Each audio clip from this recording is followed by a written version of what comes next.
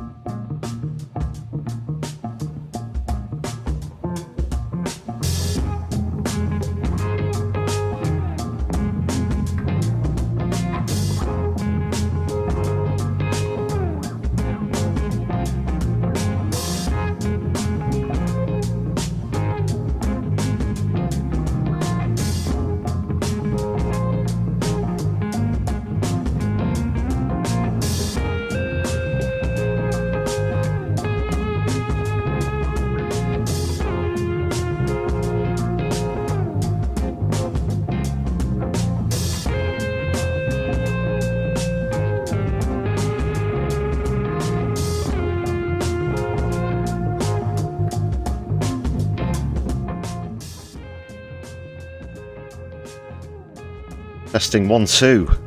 This mic is hot, but so is everything else today. Welcome to the Brews at 10 on my left eye.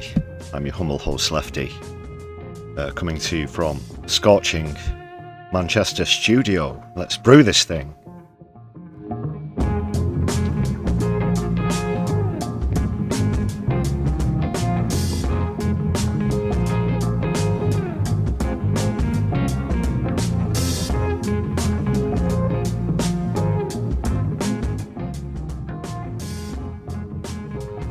Nice to kick off the stream with a gifted membership as well.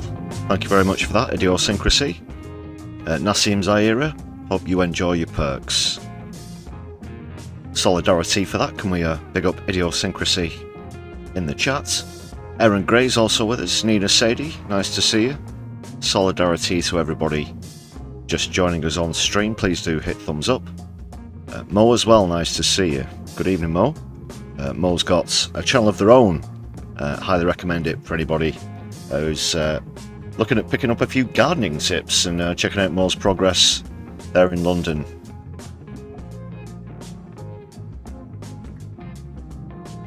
Yeah, it's got to over 30 degrees here in Manchester.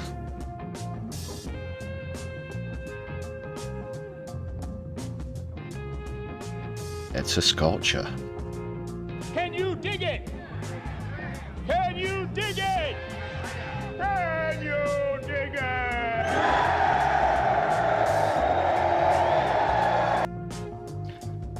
So I thought that would be a good opportunity to take a look back, actually, to talk from 4 years ago, almost 4 years ago,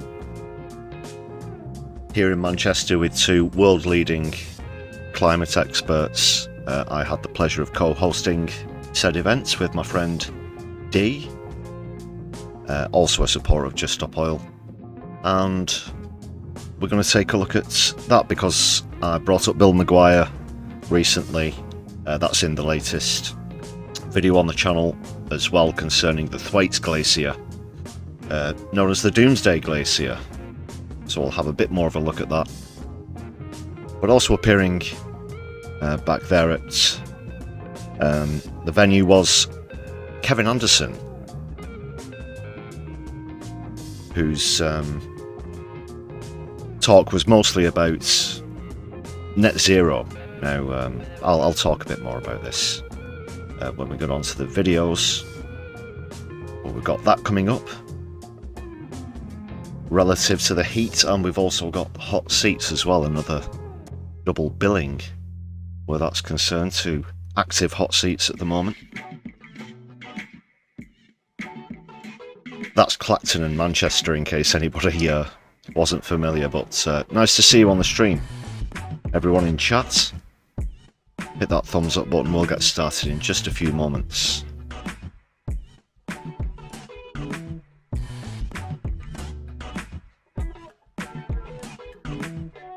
Erin, you're very hot, that's very modest of you. I've always wanted to say that. 28 in London. Well, that's strange. Or do you mean right now? I'm pretty certain it peaked higher than 28 in London earlier. Am I right in saying that? 34 earlier. Yeah, you can feel the heat down there in London as well. A couple of degrees hotter than we are. Anyway, that's enough of the weather, because we'll be talking about climate and stuff quite a bit as we get through the stream. One quick channel update to make you all aware of, one or two maybe. The first of which was the annual membership review. We've received word from YouTube, but fret you not people, where that's concerned, memberships on the channel still fixed at 99 pence, so no price increases here on my left eye. Who do you think we are? Shell? No, it's a fair price, and someone's already been a recipient on this evening's stream.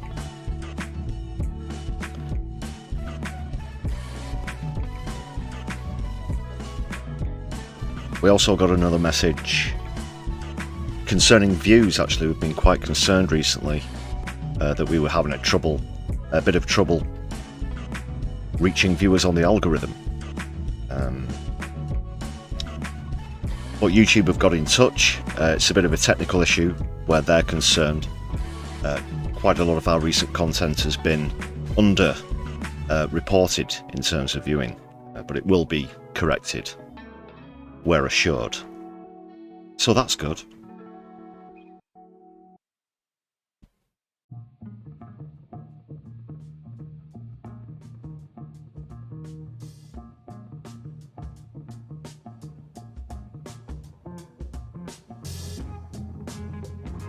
Doesn't mean that you should cease sharing on your social media and whatnot.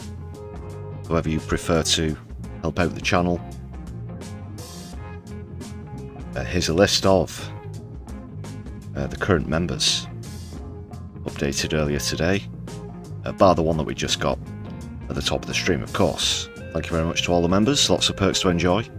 As I said just a moment ago, it's just 99 pence if you want to join this list of incredible people who support the channel. Super Chats is also open, as well as super stickers if you're with us live. If you're catching up later, there's super thanks, and the Buy Me a Coffee page is always available. You'll find the content, the description, the link in the description of any content on the channel. That's the one.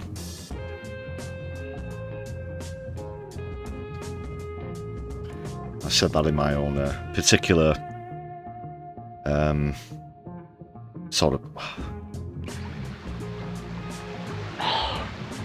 idiom, sir? Idiom. Thanks again, members. Thanks if you've renewed recently, or give us a boost with some hype points as well, watching on a mobile device. Much appreciated.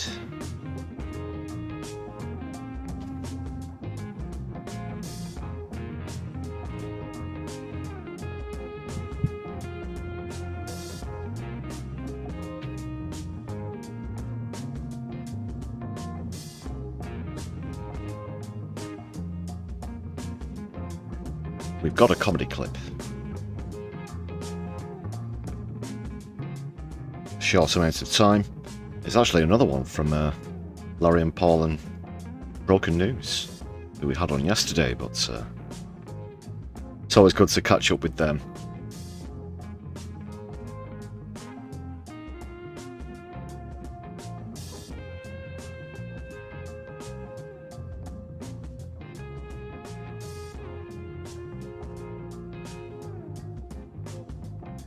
Right, I think I've just about done all the plugs and stuff. Socialists. Oh my god.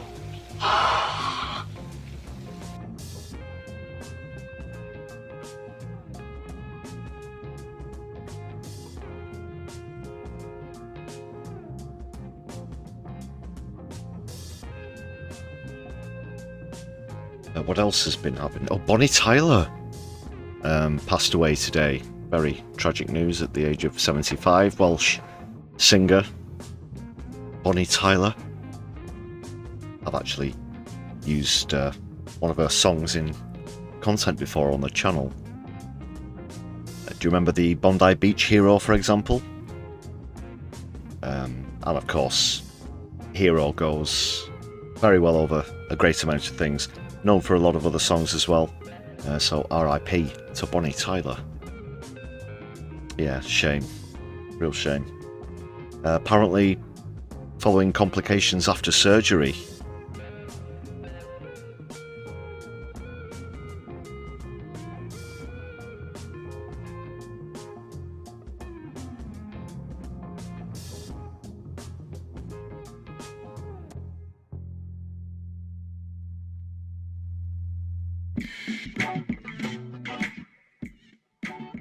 Mo, you're a bit of a fan of Bonnie, are you?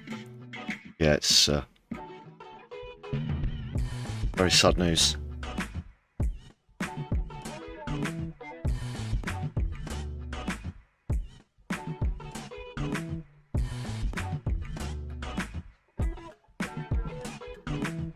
But we'll do our best to keep our spirits high.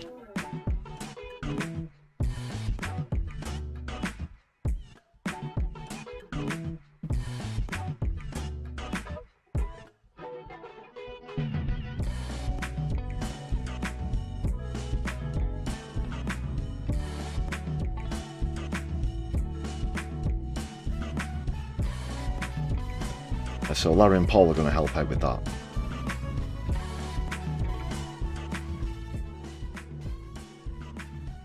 Just got to upload this one, actually.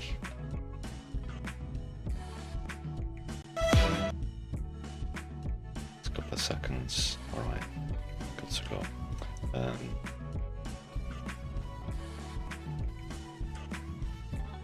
This one was fresh out today. I've not seen this one, but it does concern the by-election in Clacton.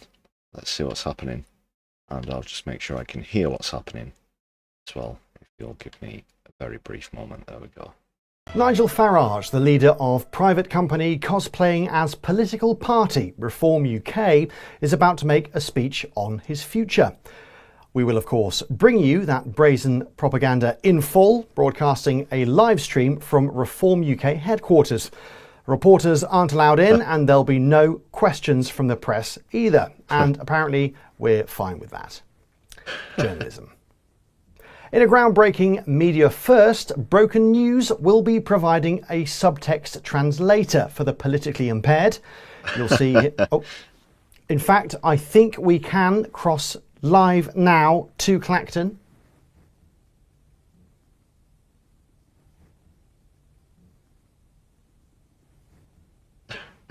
Oh, sorry, it's not in Clacton. How silly. Why would it be in his constituency? It is, of course, in London. Let's go there now. 2 years ago, after several years out of politics, I decided to return to the front line. I wasn't in politics before, even though I ran a political party. Is that him doing? That's really good. Is that him? The same guy who plays one of the presenters, or have they got someone else in to do it? That's awesome. I was an Instagram influencer like HS Tiki Toki or Mrs. Hinch. I returned to politics, I never left. and I was very proud to be the elected member for Clacton on Sea. Wherever that is. I think it's in America. We've achieved some huge successes, and the Conservatives have now been reduced to nothing more than a rump. The rump is right next to the arsehole. I know how that feels. The establishment Anyone who disagrees with me. have now decided that they can't beat us fairly, so they've chosen to use foul means. We would never use foul means like all the bollocks we dribbled about Brexit. Let me be absolutely clear. Let me be totally not clear. I have done nothing wrong. I have done everything wrong. I have not broken the law in any way at all. They really need to get one of these on the actual news, don't they? A real-time context translator. Sorry, I forgot what the actual title was.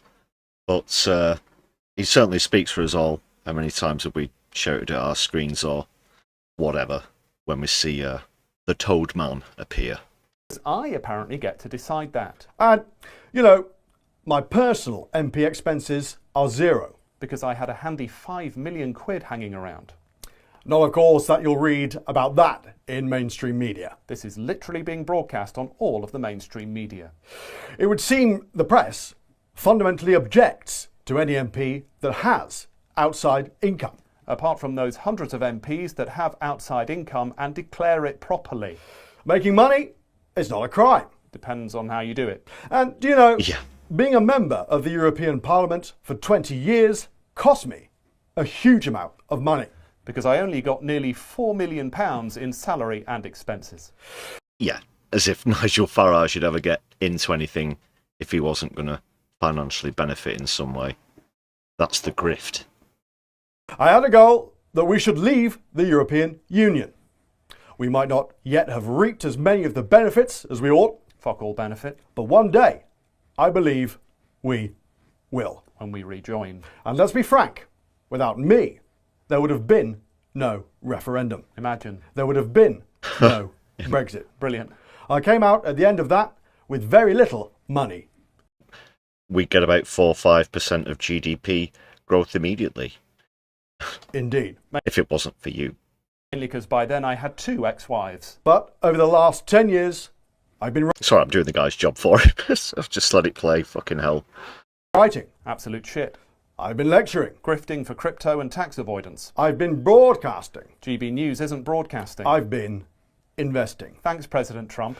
I promoted 1 or 2 financial products, I can't remember if it's 1 or 2. and those that followed me into them have more than doubled their money. Unless they invested in my stack Bitcoin, which is currently worth about a quarter of what it was 4 months ago. With over 7 million followers on social media, Including 6 million bots. Cheers, Elon. I've worked extensively as an influencer. Doing shout-outs for baby rapist Ian Watkins and the IRA on Cameo. Yep. So yes, over the last 10 years, I have done financially quite well. No shit. Now, questions over a personal gift have reared their head again. And I don't like that. The gift was given to me on an unconditional basis. Until my mate needs a favour. I can do with that money exactly as I wish.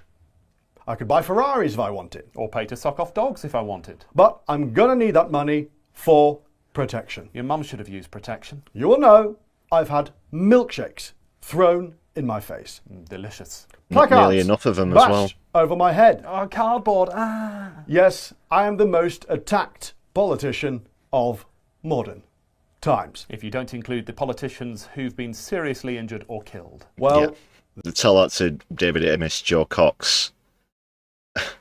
Tell that to Jeremy Corbyn, who got doorstepped every day. Farage is mourning about Sky News showing up at his daughter's address after he gave his daughter's address as his registered address. They rang the intercom, nobody answered, and then they left. They didn't get doorstepped permanently for literally years. So obviously, aside from those who were tragically murdered, Amis and Cox, nobody other than Jeremy Corbyn surely has suffered as much doorstepping, scrutiny, and underhanded tactics from the mainstream media to try and influence our democracy. Air quotes, democracy. The new attack from the media is that somehow I'm a crook. I am dishonest. Every That way, sentence you're a was crook. 10 words too long. Sorry. So yes, Bring it you again. can ask, Shush. am I angry? I am performatively angry. Well, I've never been angrier. Apart from when someone texts me in the middle of a cameo. And while this pylon happens, boats continue to cross the English Channel. I won't say how many because then I'd have to admit that this government has stopped most of them. Our fractured defences make us look weaker against what I think is now a dangerous Vladimir Putin. Now I think that. Last year I thought he was a top shagger. Britain is broken. Enough is enough. And I thought, over the weekend, what shall I do? How can I use this whole shit show to my advantage? I could go to the USA, where I've got plenty of offers. Dog sitting for Melania. And then I thought, why should I be judged by Sky News and their ilk? Why should I let them ask me hard questions? Why should Sky News be the people that decide my fate? Literally no one has suggested that. I've thought about it hard, By asking ChatGPT, how can I pause a parliamentary investigation? and today I will resign as a member of Parliament. I quit politics. But I will stand in the by-election. I won't quit politics. I've decided that the people of Clacton should be the judges of my actions. Because Keith in Walton on the Naze is the true expert on parliamentary standards. This Yeah. will be a people vote. Who phones up LBC literally every day, but not in a campaigning sort of way, in a twisted, deluded, normal LBC caller kind of way. This is the establishment by-election. My PR team earning every penny with that one. It is a chance to stick two fingers up to the entire establishment. Now represented by a bin I will fight to win. against a bin from outer space. And I would say this to you, the voters of Clacton, Literally the most I've said to you in 2 years. if I win, you win. Not literally. Because if I lose, I'll sod off to America. they win. Bin wins. Thank you. Thank you. Thank you. Nigel Farage there. What a silly old cunt. But still, what a lovely story. That's all from Broken News. You're up to date.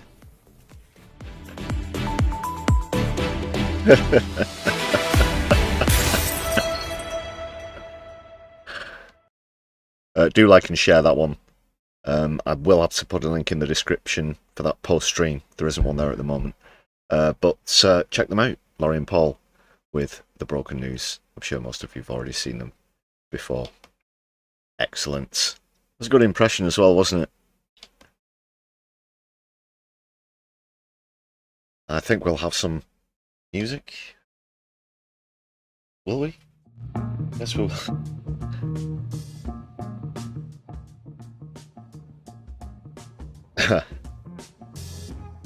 Yeah, of course, we're right behind Binface here at My Left Eye. More on that to come later on the stream when we get on to hot seats. But for now, of course, the temperatures are serious, the climate crisis is serious. So we have to get on to more serious issues. This is actually very serious.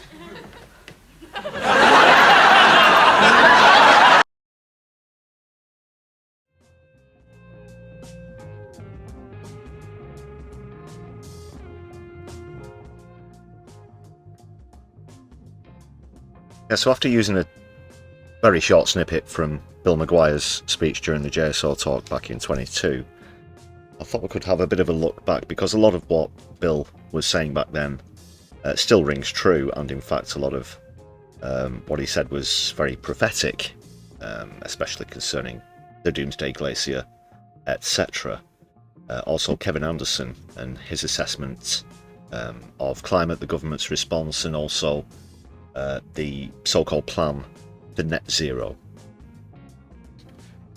This was recorded by myself and one of my fellow supporters in JSO I was actually the co-host with my friend D. There were a couple of other speakers from JSO. I'd love to play the whole thing, but I've had to sort of trim it down. I had to trim myself out of the content as well. Obviously appearing, but I won't be appearing. I think I've just about covered all the bases where that's concerned, because it's a faceless channel.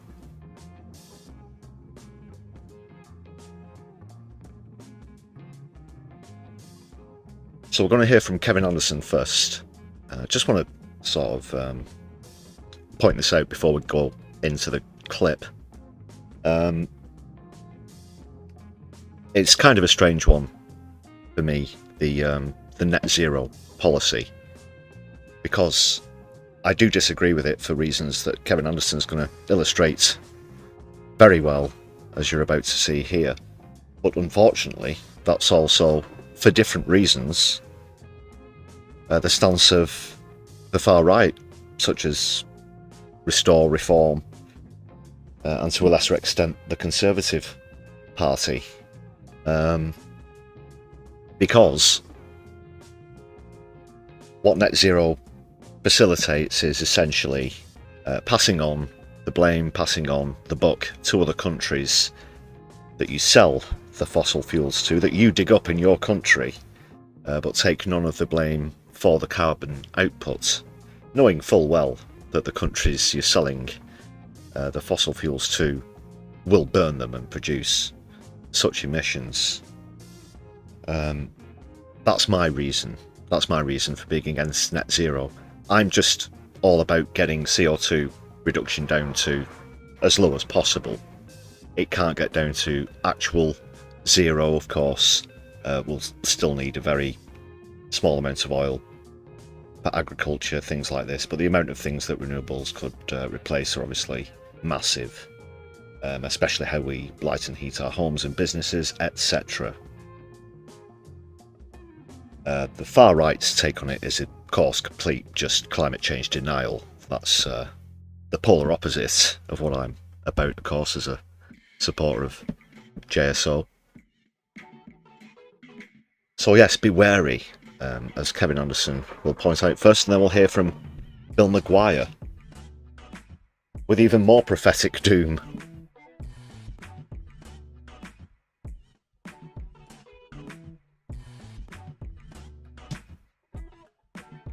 Yeah, this was a really good talk as well. There were 250 people in the audience, I believe. I'll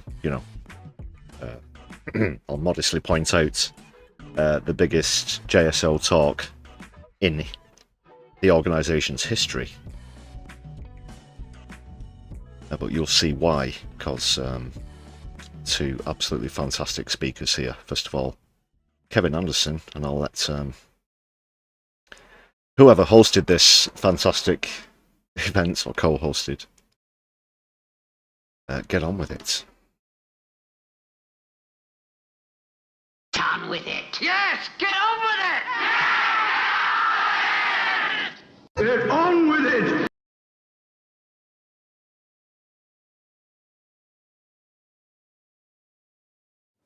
Okay, good evening. Our first speaker is Kevin Anderson. Kevin is a Professor of Energy and Climate Change at the University of Manchester, and also former Director of the Tyndall Centre for Climate Research here in Manchester. So please welcome Kevin Anderson.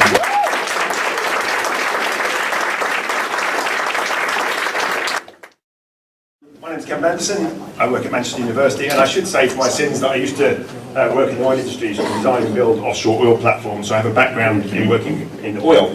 The talk tonight is quite a whistle-stop tour, really, from this whole language of net zero by 2050, which hopefully you're all familiar with, and hopefully your eyes roll when you ever hear it, to real zero for 1.5 degrees centigrade of warming.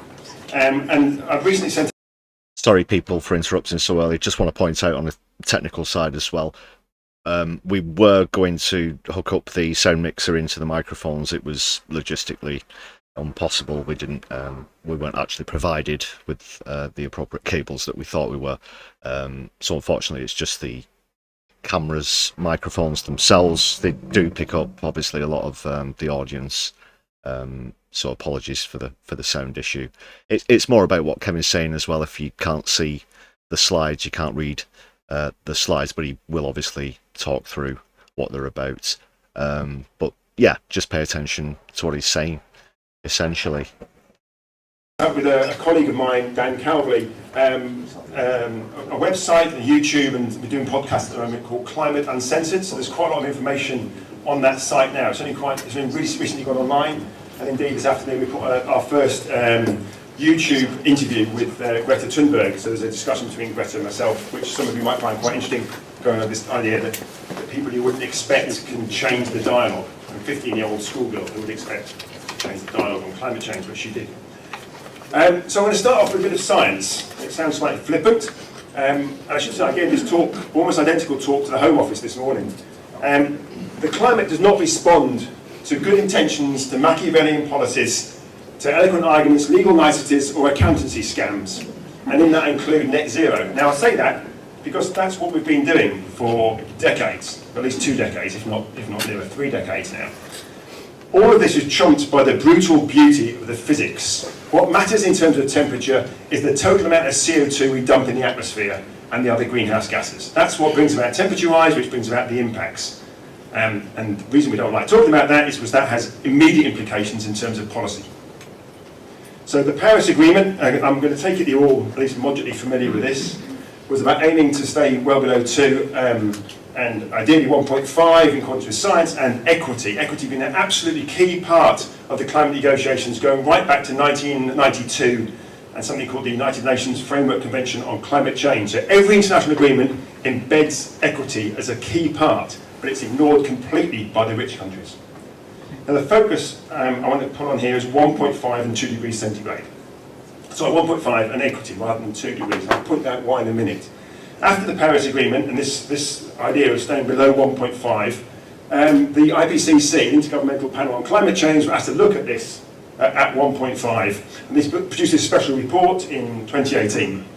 And then summarise it in one sort of line, really. It's the impacts of 1.5 are severe. This is not a safe threshold. They'll be disastrous for many ecosystems, human systems, physical infrastructure, and so forth. More floods, more droughts, more extinctions, more human migration, more misery, more suffering. And they're considerably worse at 2 degrees. So what was really important in this 1.5 framing is we started to understand that just a fraction of a degree can make a very large difference in terms of impacts to human and ecosystems. That's a really important part or outcome of the Paris Agreement. And that led to a whole series of emergency declarations by in this case by the UK, various devolved administrations, but also, of course, across the world, including some companies and so forth. And then we had the COP26. This is Patrick Vallance, the government's chief scientist, saying that it is crucial we stay to 1.5 degrees centigrade. It is not a negotiable thing. So, this is not a radical left-wing view. This is standard view of the science, and as I say, the UK government chief scientific officer. Now, there's a couple of quotes here taken from the opening day of Glasgow, the COP, and reported in UN News.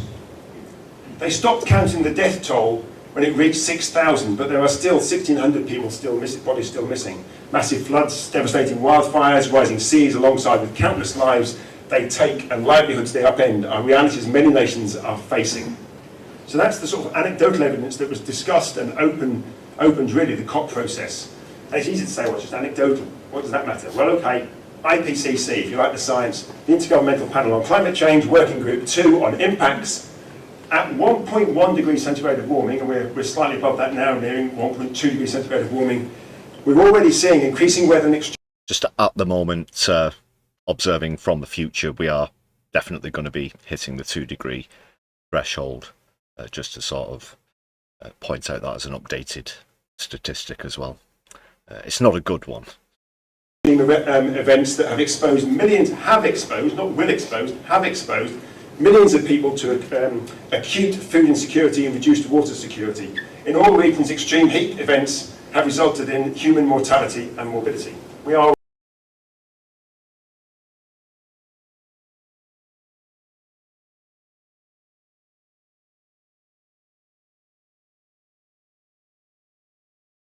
I'm not sure. I think it's back. Yeah, it's back now. Sorry, a bit of a problem on YouTube Studio. I think we're alright, just paused it for a few seconds. Sorry for anyone experiencing buffering. We're slightly above that now, nearing 1.2 degrees centigrade of warming. We're already seeing increasing weather and extreme events that have exposed millions, have exposed millions of people to acute food insecurity and reduced water security. In all regions, extreme heat events have resulted in human mortality and morbidity. We are already killing people with the emissions we have knowingly put into the atmosphere over the last 20 or 30 years. And it is really clear, if you read the whole section on the impacts that we're seeing so far in that report. So we've got real clear evidence that 1.5 is a dangerous threshold, but probably the best that we can get to. So what are we doing about it? What are we doing to reduce our emissions, mitigation? Well, my generation, I would say people with no hair, grey hair or dyed hair, need some significant humility on this. This is the first IPCC report. Now, the students, I'm told, normally if I've got students there, I know they weren't born and their parents probably hadn't met. Some of you were probably around, I think, in 1990. But other ones weren't. So we've known everything we needed to know about climate change to respond to it since 1990. Over a third of, well, around about a third of a century ago. And yet the emissions this year, last year, were over 60% higher than they were in 1990, and they are still going up. So let's be absolutely clear. People like me and other people around the world that have tried to feed into this process have fundamentally failed. Profound failure on climate change for a third of a century. Now we have to recognise that. We may have tried hard, but we have failed. And it's the worst sort of failure. I mean, emissions have gone up, not come down. But of course, every country is showing leadership, so it's hard to believe that can actually be the case globally, because every country is a winner on this. Wonderful UK Brexit writing. Right? Emissions in 2020 were 51% lower than they were in 1990. That's what we've been told by the Committee on Climate Change and by the government. But that happens to exclude international aviation and shipping. And interestingly, the climate doesn't exclude those emissions, it still sees them. And it also excludes our imports and exports. Factor those in, we've seen about a 15% reduction since 1990. So that's about 0.5% reduction every single year, primarily through the shift from coal to gas. Now, that's not good for the UK. There are no progressive countries out there on climate change. Denmark, Sweden, France, the EU as a region, they all like to think they're doing something on climate change. Look at their total emissions, and there's virtually been no change since 1990. So there are no progressive leaders on climate change at the national level. And the whole lie, and I think it's a fair, in my view, I think it's a fair but slightly provocative framing of net zero, but the whole lie of it is reinforced here by the UK now, encouraging airport expansion, £27 billion on new roads, potentially opening a new coal mine, our new Prime Minister's enthusiasm for ever more oil and gas fields, and now we're looking at opening up fracking yet again. Now, Yeah, so, well, believe it or not, this was during the brief Liz Truss era, actually. And since then, obviously, Rosebank has been reapproved, for example, and the Labour government still dragging their feet on the proper action that we need to take against climate change. Plus a whole bunch of other stuff that we should have done that we haven't, but I'll let Kevin carry on explaining that. all of these are carbon profligate developments and all fit within net zero 2050. The only one that's probably going to be questioned by the Committee on Climate Change, and has been a little bit, is the coal mine. But the rest of them, they won't come out and say that's not compatible. They are all incompatible with 1.5 degrees centigrade. So what does the IPCC, what does the sort of collection of the scientific evidence tell us about 1.5 degrees centigrade and mitigation, if at all it is in any way possible? Well, if you take the collection of reports, and I summarise them, pages and pages of work here, in one key sort of phrase, it's the carbon budget that matters, the total amount of carbon dioxide we dump in the atmosphere. That's the key factor. It's not long-term targets, not 2045, 2050, even 2030. They don't link to temperature, it's the total amount of CO2 we put in the atmosphere. And if we look at the latest report from the IPCC, this came out last year, you get loads of tables like this. Now, you don't have to worry about the numbers in detail, I'll touch them on in a minute, but if you want 1.5 degrees centigrade of warming, then you're starting from 2020, which is when this table is from, it tells you how much CO2 you can dump in the atmosphere for a given chance of a particular temperature rise of 1.5. So if you want an outside chance, you've got 650 billion tonnes, A 50-50 chance, 500 billion tonnes, and a slightly better chance, 400 billion tonnes. So the less you put in, the better the chance of staying at 1.5. Those numbers, unless you're a sort of a climate geek, don't mean very much to many people, but I'll come back to them in a bit more detail now. Give us all the numbers. We want all of the numbers, Kevin. So, the remaining budget, remember that's from 2020, we're now in 2022.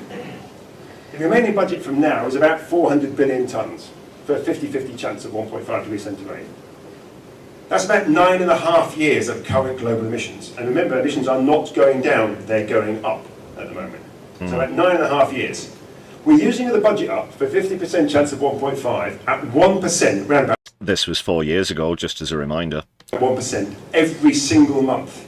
Every month. So this year we've already used up around about 8% of the budget for 1.5 degrees centigrade. And yet what we hear repeats, so I say 1% squandered every month. What we hear relative to 1.5 and 2 is net zero 2050 and all the other ubiquitous nonsense around that. What on earth has that got to do with 1.5 degrees centigrade? Nothing is what it has to do with it, other than political delay. And the academic community takes some significant responsibility for not questioning that whole framing.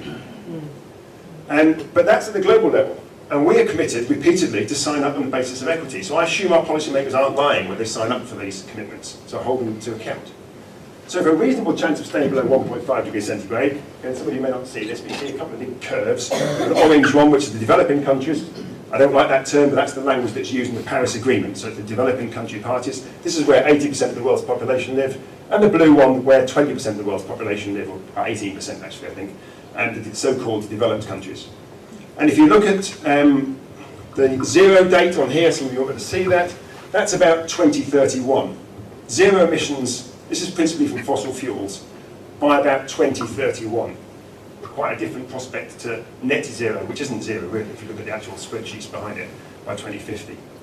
So then, what's the slice that we get in the UK of that developed country pie? Well, for a 50% chance of 1.5, I've sort of simplified a lot of the stuff behind this just to get it a bit quicker. We've got a budget of about 1.7 billion tonnes for the UK. That's 4 years of current emissions. 4 years of current emissions, and we blow through our fair part of a 50% chance of 1.5 budget. That would bring you up to, I'll just do a quick calculation here. 2026. Oh shit. 1.5, remember, is not a safe threshold. Many people will die. They'll be poor, low emitters, a long way from here, and typically people of colour. And we've known that for a long time. That's about a 20% per annum reduction in emissions at a national level. And within that, of course, the wealthy would have to do a lot more than the poor people. That's zero emissions to say by about 2030, 2031 for an outside, for a 50-50 chance of 1.5. If you go for a well below 2 degrees centigrade framing of Paris, that comes about 2039. So we have a bit longer, but that's not much longer, but the impacts, of course, are much worse. Put simply, this is profound system change. It wouldn't have been profound if we started in 1990, it would have been less profound if we started in 2000, but we've waited until 2022 and we're still fighting. So why is this so different to the rhetorical nonsense that dominates academia, journalism, the major reports that come out on what we should do about climate change? This net zero framing by 2045 for Scotland, 2050 for the UK or the US, 2070 for India. I think it's 2070 for India. So Kevin's going to get more into why net zero is pretty much an accountancy scam here. But firstly, net zero framing is new. It wasn't there a few years ago. The Committee on Climate Change, the guiding body for the government's an advisory committee, in its 2015 report didn't mention net zero once. In its 2020 report, it was mentioned between 3,000 and 5,000 times. That is the same for the IPCC. If you look at their last report and compare it with the new report, you see this rapid shift, this language of net zero. Now, I want to try and unpick this a bit, but it's quite difficult to do quickly. But I'll try and just touch on it here. One of the real dangers of net zero, it allows substitution between things. And, unscrupulous people love substitution because it allows you to move things somewhere else. And that's the danger with it. So it allows us to move between gases. It allows us to say, well, we'll not emit quite as much methane, but that allows us to emit a bit more carbon dioxide. These have completely different sort of impacts in the atmosphere. They last different amounts of time, lots of different issues about certainty and so forth around them. It allows us to think about different sources. So you can compare emissions from a car, CO2 from a car, compared with agricultural emissions from fertiliser. They're different gases in completely different from different sources with completely different levels of certainty, and it allows you to spread them over time. So you can compare CO2 from a flight we take today with CO2 that's captured in the tree in 2070. It allows you to pass it across time as well. A tonne is a tonne is a tonne in this new accountancy scam called net. Yeah, you heard that right. You can get away with pumping CO2 into the atmosphere now by promising to plant some trees, 50 years into the future. It really is that bad. Zero. But these things have different chemistries, different atmospheric times in the atmosphere, lifetimes in the atmosphere, different levels of certainty and risk. So that's a really dangerous thing. So it allows accountants to move things on the spreadsheet, make it look like you're doing something when you're not. It also relies very heavily on something called carbon dioxide removal. It changes its name every few years as to what it is, but basically it's sucking the CO2 out of the atmosphere in the future, a long time from now usually. Two main parts to that. One's carbon capture technology, which been a long-term critic of as well. It's complete bullshit. It's a pseudoscience that doesn't exist. Something that Keir Starmer backed to get us out of the climate crisis, just as a reminder of his ineptitude on the matter. Called negative emission technologies, which sound like you can actually buy these on the shelves, but they're not actually available other than very small pilot schemes, and the nice woolly term nature-based solutions, which is basically the industrialisation of our landscape. And just to put a sense how important this is in the scenarios, virtually every single IPCC scenario at a global level, and in that include national ones for people like the UK, include massive quantities of negative emission technologies. That's the independent panel on climate change that Kevin's referring to. Hundreds, and then literally if you look at the numbers in these scenarios, you're talking of hundreds of billions of tonnes of CO2 will be sucked out of the atmosphere, our CO2, sucked out of the atmosphere by our children and our children's children, after 2050, most of it, and indeed after 2100. So, almost without exception, the scenarios all include an industry that does not exist today, just a few pilot schemes, but is roughly the same size in every scenario, a few of them, as the current oil and gas industry, global oil and gas industry. And that's fine if it's 5% of the scenarios, but it's 99% of the scenarios, it's a systemic bias. Remember, these don't exist at the scale today. My position on carbon dioxide removal, yes, let's fund the research on it, let's deploy it if it meets very stringent sustainability criteria, ecological and social. We can't just buy up the land for poor parts of the world because they don't have any money. They have indigenous rights to that land, so we have to think about that as well. But let's reduce our emissions, assuming that carbon dioxide removal will not work at scale, because it probably will not do. And most of the modelers away from a microphone will tell you exactly that. But we will require some carbon dioxide removal, because you cannot eliminate all of the emissions from agriculture. Even if we all went vegan and we had no-till agriculture, you're still going to emit some emissions from agriculture. So you have to have some CDR. Yeah, you have to account for this residue, as Kevin's describing. And that was one of the misconceptions about Just Stop Oil, something that I, as well as probably everybody else who supports the organisation, had to answer and explain. A lot of people genuinely thought that Just Stop Oil wanted to eradicate oil use in its entirety. Of course, these models that Kevin's describing here factor in the CDR, the residual use that we need in agriculture and other things that I described earlier on as well. Just having to explain that really was quite tiring, shall we put it, at times. A very, very long-standing misconception about Just Stop Oil. Some carbon dioxide removal, which means energy needs to be real zero, not net zero. And it's also seen as a policy framework for all. This is what people think is really beneficial about net zero. But for me, that vagueness undermines the need to rapidly move away from fossil fuels. These companies, these well-known carers of the environment, all of these are signed up to net zero by 2050. All the oil companies, none of them. Yeah, so you can see that.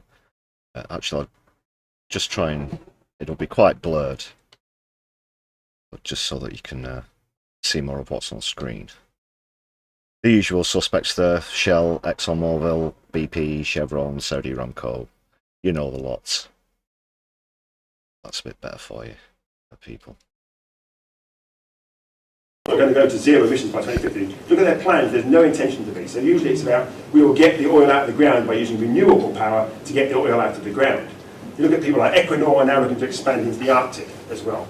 So, don't be taken in by the oil companies. But don't worry, because these countries here have all got net zero by 2050, and every one of those countries or regions is also looking to develop, at this moment, more oil and gas fields, even though we can't burn about 2/3 of the gas and oil that we already know in the existing fields.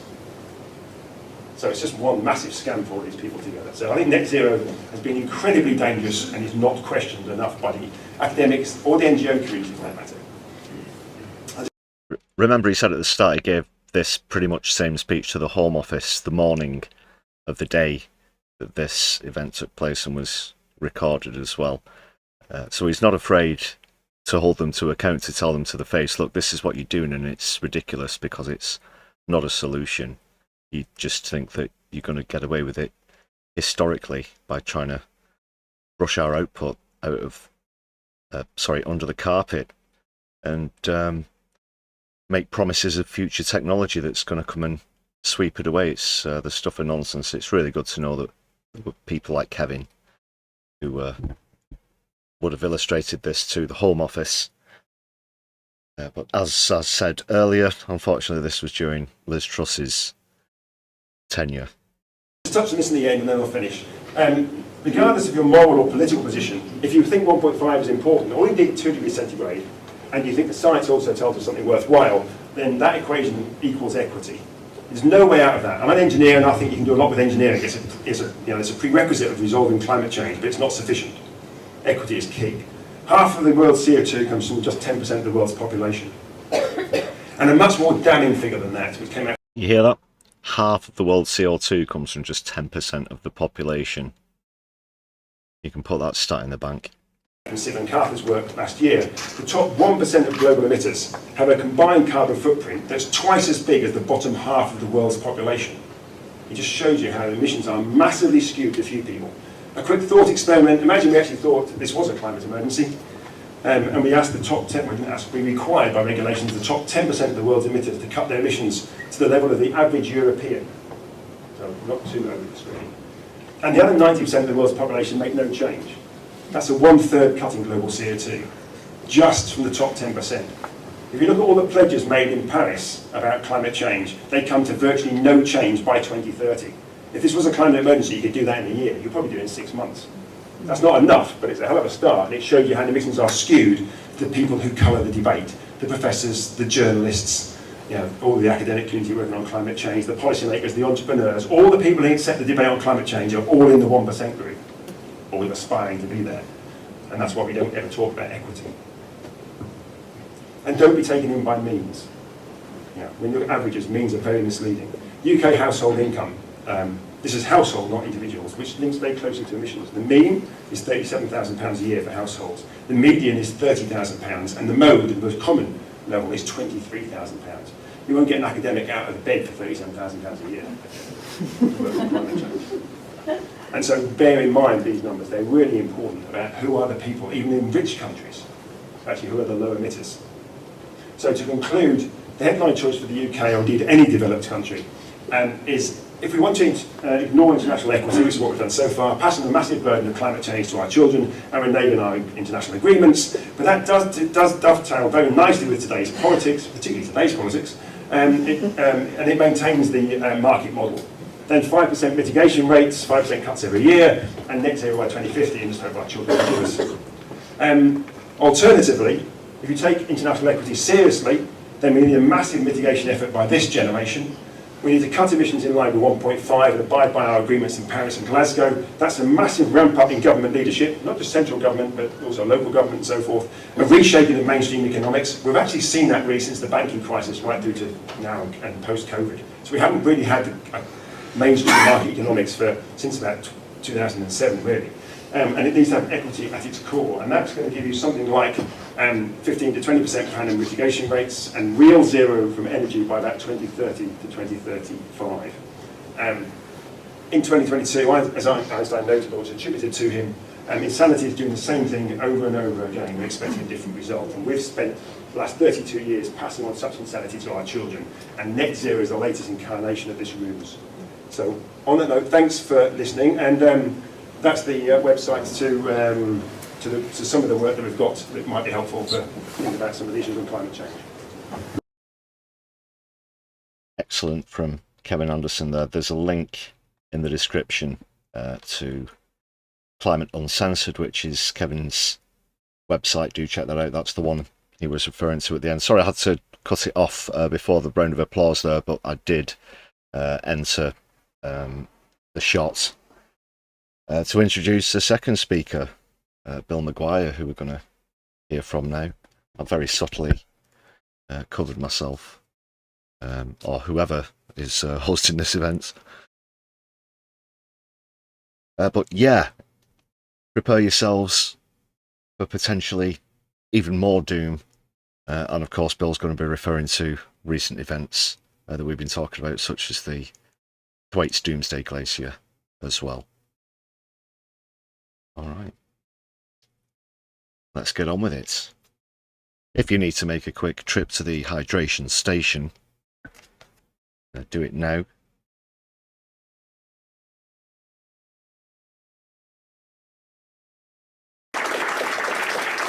Very subtle, as you can see. Very subtle. Okay, our second speaker this evening is Bill McGuire. He's the Professor Emeritus at Geophysical and Climate Hazards at University College London, and also the author of Hothouse Earth, An Inhabitant's Guide. So please give a big Manchester welcome for Bill McGuire.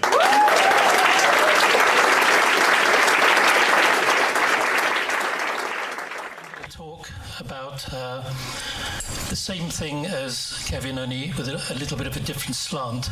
Hothouse Earth was based upon one premise, really, and that is that keeping the global average temperature rise below 1.5 degrees is practically impossible. We can't sidestep, therefore, dangerous, all-pervasive climate breakdown, and as a result of that, we must adapt to new conditions at the same time as slashing emissions as soon as possible to avoid dangerous becoming cataclysmic. All my talks are this optimistic.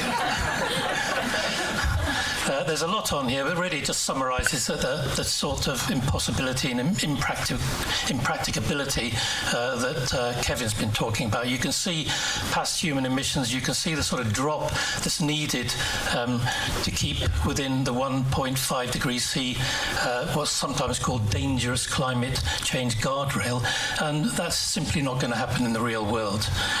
And there are other issues here as well. One of them is that 1.5 degrees is an arbitrary figure in terms of where we start meeting dangerous climate breakdown. It could be 1.4, it could be 1.6. 33 million people displaced in Pakistan might say we're already there.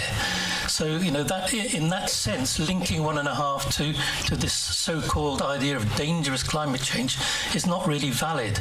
And the point is, again, that Kevin made, every 0.1 degrees C, even less than that, is equally important. So, you know, we keep the temperature rise as low as we possibly can.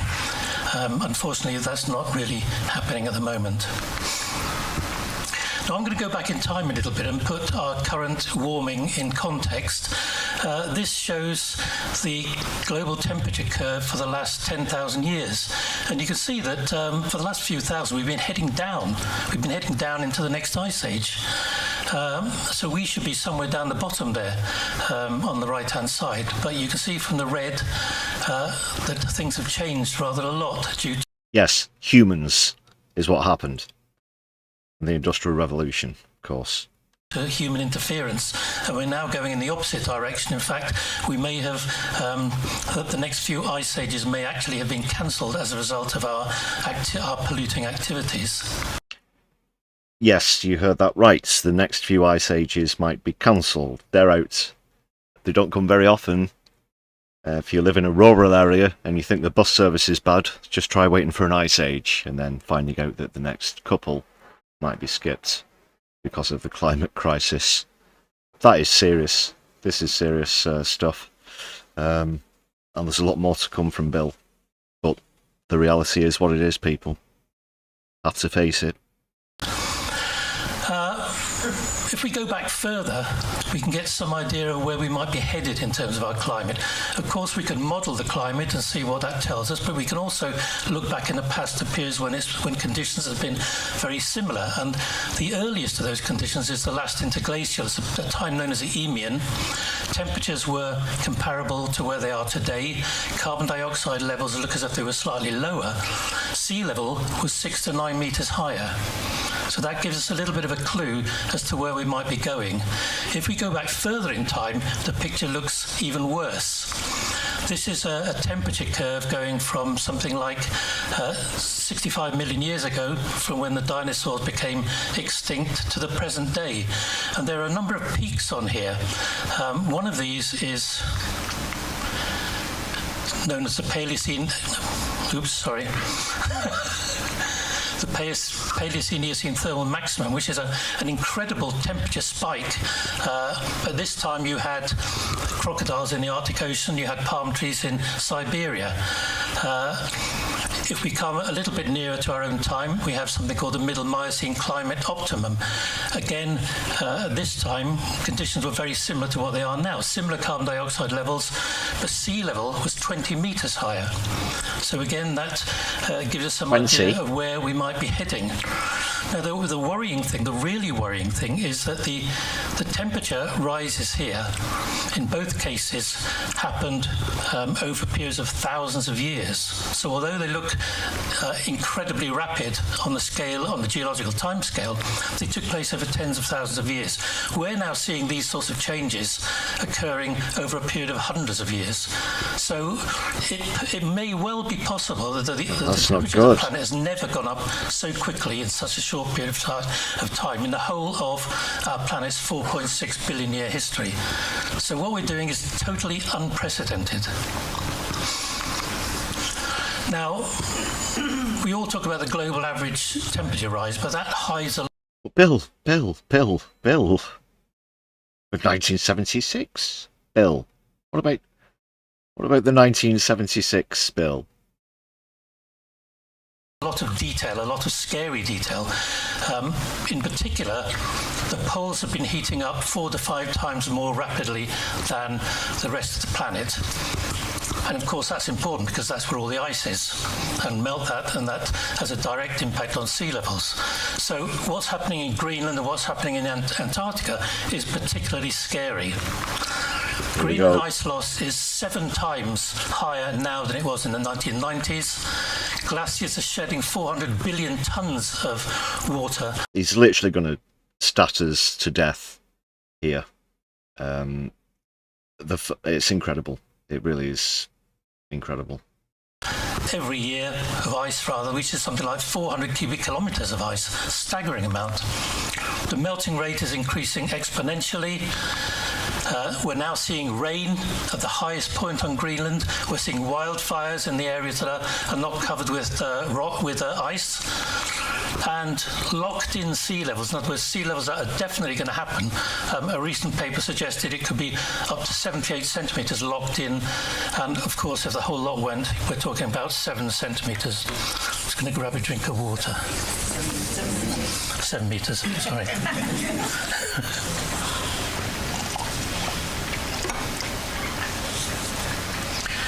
Yeah, there's 7 meters worth in Greenland alone. And there's a big question mark about what we call tipping points. A tipping point, of course, is where in the case of Greenland, where the ice starts to melt, and whatever we do in terms of reducing temperatures, it carries on melting. That tipping point for Greenland is expected to be at 1.5 degrees C global average temperature rise, or perhaps even lower. So we may have crossed that, which means we're committed, whatever we do, to a 7-metre rise. This is why Trump wants to get his greedy hands on it. Once all that ice goes, do you know how much of the rich stuff is underneath? Drill, baby, drill. Yeah. But to quote the Danish politician, Mr. Trump, fuck off. And thanks a lot for your contributions there in the chat, Aaron. Yeah, Professor Sir David King and his famous quotes. from about 5 years ago is, pretty harrowing. What we do in the next 3 to 4 years will determine the future of humanity. That amount of time since he said it is now past, of course. Big Jerry jumping in the chat as well. So yeah, Chief Scientific Officer to the Government, Professor Sir David King, definitely worth checking out and listening to as well. Should point out, just while I've got it paused, I've put a couple of Bill McGuire bits in the description, a couple of relevant links. First of all, to his website. So he's not a YouTuber, don't believe, but I put a link to Kevin Anderson's YouTube. There's also a link to a friend of the channel, Climate Lens, who was also present at this meeting, should point out. But footage from Climate Lens from a talk that Bill gave in 2024, a couple of years after this one. And it does, I believe, if memory serves, include the slides as inserts. So that's real quality video as well. Do check it out because it's got more updated stats and things. So yeah, Hothouse Earth is the book that Bill's talking about here, and the contents of the book. He's had another one out since then as well, The Fate of the World. Both definitely worth checking out. So a couple of plugs there. If we go to the other end of the planet, Antarctica is where most of the fresh water that's locked up in ice resides. If it all melted, we'd have a 58-metre sea level rise. I think that's something we probably all notice. The melting rate is... Yeah, you would know. You wake up... well, this is slightly inconvenient, isn't it? We're all dead. 6 times what it was in the 1980s. From 2012 to 2017, the melting increased 3-fold. Now, if that continues, if that rate of increase in melting continues, then you're looking at sea level rise approaching 5 centimetres a year by the mid-2040s. Sea level now is rising at half a centimetre a year, and it looks as if it might be doubling every 20 years or so. So that would fit reasonably well with that. Just a single glacier in Antarctica, the Thwaites Glacier, sometimes known as the Doomsday Glacier, on its own would raise sea level by 65 centimetres. And that is really starting to move now, and it's causing enormous concern. And it's going to go this week. Yeah, it's going to go. This was 4 years ago. And it's gone. And it's going to trigger a runaway effect as well. Picture of it at the bottom left there. And the really worrying thing is that East Antarctica, which is this whole area here, this is West Antarctica on the left of the mountain range here. East Antarctica is seeing a lot of its big coastal glaciers starting to slide as well. And that was thought to be stable under almost any level of warming, but it looks now as if East Antarctica is starting to wake up.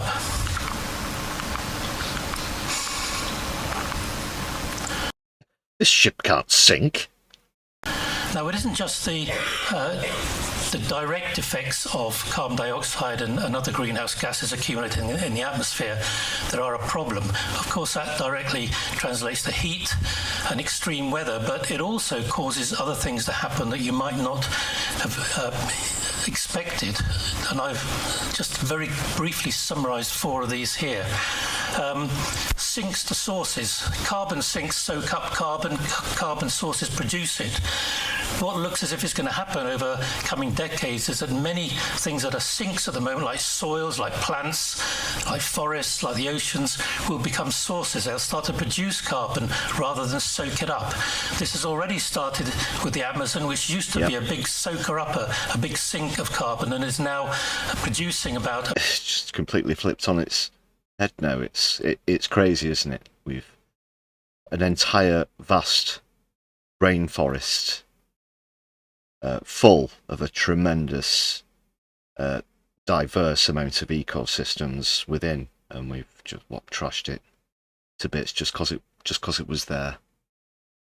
And let's be honest, a lot of people wanted a lot of things that they could have done without.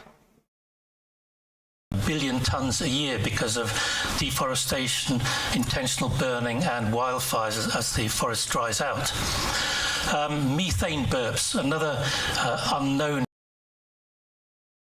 These sort of things remind you that you'll have to explain to future generations what things were.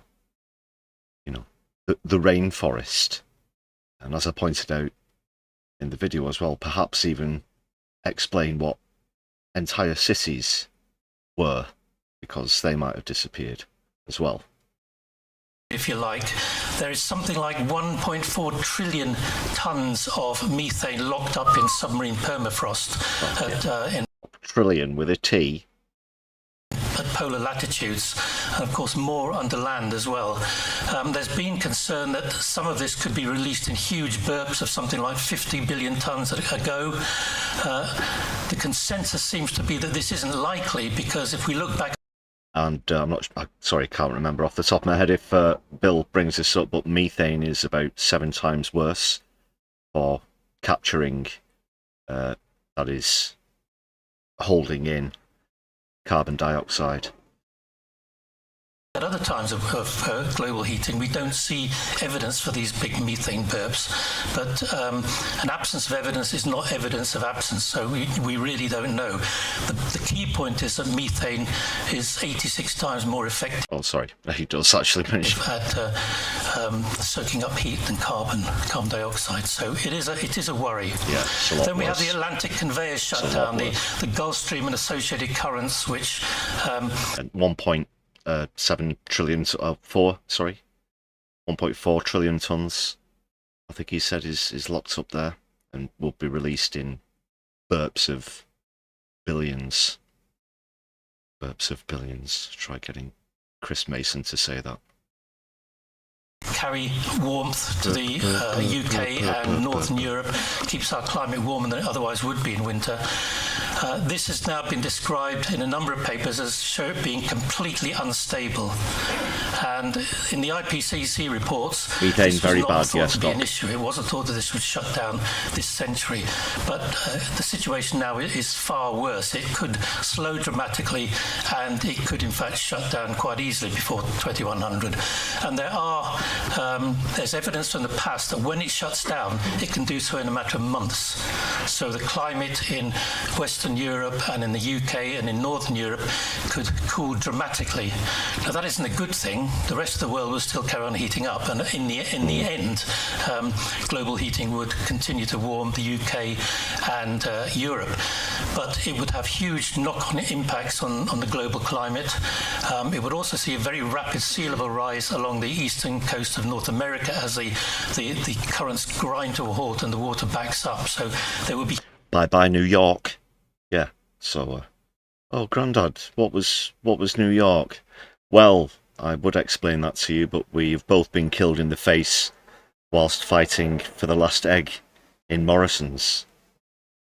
Huge issues associated with that. And another sting in the tail, which I've called bouncing back here, is one that you may not have come across. And that is that climate breakdown, climate change also affects the solid Earth. This is the area that I tend to work most in. And what happens is if you lose a very large amount of ice, and in the case of Greenland we have something like 3 kilometres, any active faults underneath that will be rejuvenated. There'll have been accumulating stress, in the case of Greenland, for example, over hundreds of thousands of years, but they won't have had the opportunity to release the stress because of the weight of ice. So there is a potential, as Greenland melts, for major earthquakes to occur. It's pretty much a huge spring-loaded bastard. And you take the ice away and bang, yeah, that's it. In Greenland and below Greenland. I have colleagues working on this who suggest this could happen within decades. Now, you might think, well, so what? There aren't many people living in Greenland. But we've seen exactly the same thing at the end of the last ice age in Scandinavia. And what happened there, something like 8,000 years ago, was that these big earthquakes, as the ice was lost, triggered submarine landslides, which generated tsunamis, which were 6 meters high when they hit the UK. Tsunamis as well as... Now that is a scenario which is perfectly possible in the case of Greenland. We're seeing, at the moment, using GPS, we can see the whole of the North Atlantic is starting to rise up again as the ice melts and the weight of the ice is lost, all the way from Norway to Canada. So, this is a unusual and generally unknown aspect of climate breakdown, but it makes the point that it's not just the oceans and the atmosphere are involved. The solid Earth, the geosphere, also plays a part.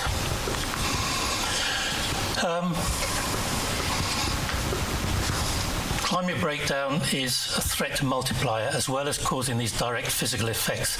In other words, yeah, it's just bad stuff on top of bad stuff.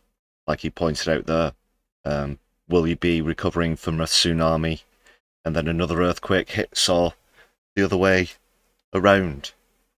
Things that we already have. And if the Gulf Stream goes as well, in the UK and Europe, we'd be considering extreme weather plunges during winter, twinned with extreme highs in summer, which, of course, combined,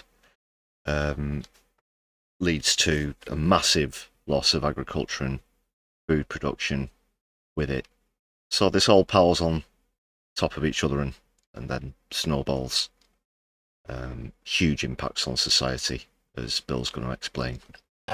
It makes worse. Famine, war, health, mental illness, civil strife, etc. Famine and food security are going to be a massive issue in the future. There's one statistic that comes from a Chatham House report a couple of years back, which suggests that by 2050 the world will need 50% more food, but crop yields could be 30% down as a result of climate breakdown and extreme weather. Now that is a recipe for widespread famine, social unrest and conflict.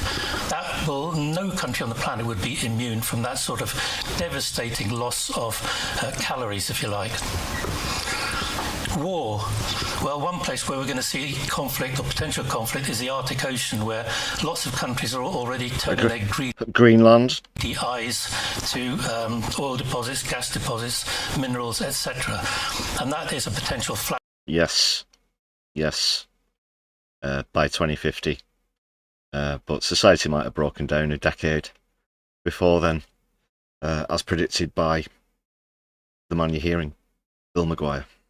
Point for the future, but the one I'm most concerned about really is South and Southeast Asia. In the second half of this century, the main Southeast Asian rivers that flow into China, into India, into Pakistan. And I'll be honest, I've seen this in abundance. I was there. Obviously, it was recorded. Seen this a lot of times. It never ceases to amaze me. Can't remember every single stat, but it always gets to a point where he says one that I have to remind myself that I do actually know, but you hear them again and you just can't believe what you're hearing. You really can't, because this isn't, fantasy stuff. When people used to talk about climate breakdown, they'd be talking about whatever, potentially centuries into the future or whatnot, but this is stuff that's going to be within living memory. Into Vietnam, etc., those rivers will be starting to fail. And at the moment, they provide water that helps to feed 2 billion people. So conflict between China and India, on one side, between India and Pakistan on the other, over water is a real possibility, almost a certainty. I mean, there's already... And I've said before, people, both Pakistan and India are nuclear-armed countries. A lot of people have their eyes on other areas of the globe in predicting where, if any, nuclear strike happens, where will it come from? But I would rank Pakistan and India going at each other's throats to be one of the most, if not the most likely candidates, because the global south will suffer the very worst consequences of the climate crisis. Considerable unrest all the way along those borders. And of course, what we don't want at the height of a growing climate crisis is saber rattling between 3 nuclear powers. So, that is not a pretty picture by any means. Health and mental illness is going to be a massive issue. Diseases will be spreading their range. We only got rid of mosquitoes after the war in the UK. They will almost certainly be back because we'll have temperatures and climates that will support that. Already in Europe, you have dengue fever, West Nile fever, etc. Mental illness is going to be a massive problem, partly because of the strain of living under the different conditions as the planet continues to warm, but also because infrastructure will be breaking down. There won't be the support for people with mental illness that we see today, such as it is. But if we tax some billionaires, they might take jobs away. Something. 1976. And This really is beyond dreadful. civil strife, it's simply what you would expect to happen as the world struggles to feed itself and struggles to find water. It's just something that will happen inevitably. So societal breakdown is something that climate scientists never talk about, and most other people don't like to talk about, but it's something we have to address. I'll talk about this guy with the bow tie in a minute. Climate impacts, food and energy costs are already having a massive impact. We know that ourselves on cost of living, particularly in this country. Food shortages are predicted in the UK and France this winter due to the impact of climate breakdown on harvest. And he was right about that. 3 out of the last 5 harvests have been the worst on record in Britain. Some yields on certain agricultural products are down as much as 50%. In actual fact, one of the co-founders of J.S.O himself, Roger Hallam, was a farmer, and the reduction in his yields was one of the things that spurred him on to form the organisation, as well as XR, which he co-founded, of course. Should also note. 19 million people are on the brink of famine, and in fact the United Nations says 345 million people are marching towards starvation at the moment. The Global Human Development Index, which ever since it was developed has been going up, started dropping 2 years ago and is expected to carry on dropping next year. So the metrics are getting worse for many countries, not just in the majority world either. I mean, it's staggering that in the United States, for example, the life expectancy now is down to 76 years, 76.1, and heading down. So this is affecting everyone. Well, you remember the old saying that I think they had, I can't remember which decade it started in, maybe the 80s, but the "we're number one" thing now was all that gone. Literacy rates, healthcare, the whole lot. Climate breakdown will not lead to that going back up again. A new report came out last week which predicted that in more than half of the world's nations, including the UK and European countries, civil unrest could be expected within the next few months because of the problems with food and energy costs. So this is happening now in 2022. What's it going to be like in 2030 and beyond? That is the issue. And lo and behold, there was the farmers' strike, of course. The reason I've shown Alfred Henry Lewis here is because he was the person that made the famous quote that there are only 9 meals between mankind and anarchy. I suspect actually that Protest, not strike, sorry. there may be less than that. So where next for planet Earth? Well, this shows cold to hot, stability, time. This is the Earth at the end of the last glacial. We're heading down to the hotter end of the curve. We need to be going back up here. We need to reduce emissions so we stabilise our climate. But this is where we're heading at the moment, into hothouse conditions which are self-feeding. There was a report again out last week which said that if all the reserves of oil and gas are burnt and coal, we will produce 3.5 trillion tonnes of carbon dioxide. That's more than have been emitted since the Industrial Revolution. Now, if that actually happens, and you'd think, surely we can't be that. It's about 10 years worth where the UK is concerned for oil and gas reserves. which again reinforces the fact that the fossil fuel companies are taking people for mugs as they make hand over fist. Oh, we're running out of shortage, something Putin, something Straits of Hormuz. We definitely don't have like 10 years worth here that we're sitting on. So if we just use our reserves alone, just the reserves, that's a staggering amount of CO2. That's stupid, but we know what the answer to that is. If that happens, then how high the global average temperature will get is anybody's guess. There was a seminal paper published in 2013 by James Hansen and others who predicted that if we burn all our reserves, fossil fuel reserves, then the global average temperature rise will be 16 degrees. Now the planet at the moment is about... Okay, 16. We've been, talk about 1.5 to 1.7 where are these massive and then just fuck it, 16 degrees. I really don't know what to say for a change. 15 degrees centigrade on average. This would mean the average temperature was over 30 degrees C. That is uninhabitable. Across much of the planet for human beings. We simply couldn't live under those conditions. So that's the bottom line. That's when we're arguing about... 1976? Bill, how many times do I have to say it? I wasn't alive then. About temperatures and about emissions, etc. This is what it comes down to. Are we going to end up by destroying our civilization and our world? And on that happy note, I'll stop. Happy. Thank you. That's Bill McGuire, Professor Emeritus at University College London.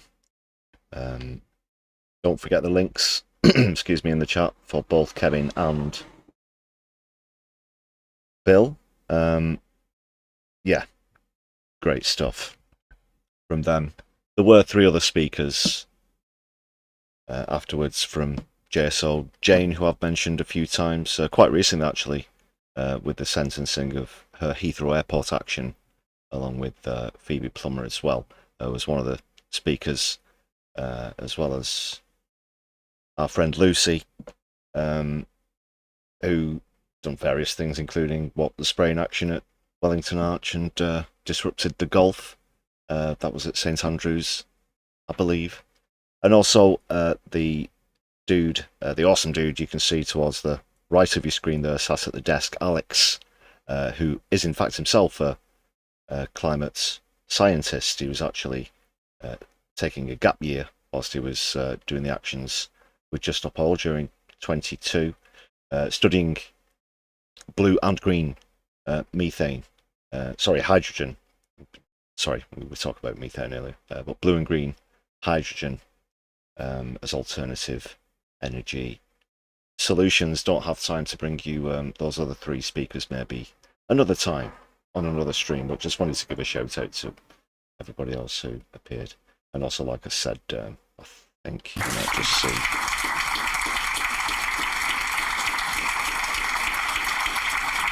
Yeah, shout out to D, my friend D, who you can see on the right of the screen, my co-host. That evening back in 22, that was just before the big 6-week action phase kicked off. Right. Do share your thoughts on that foreboding information.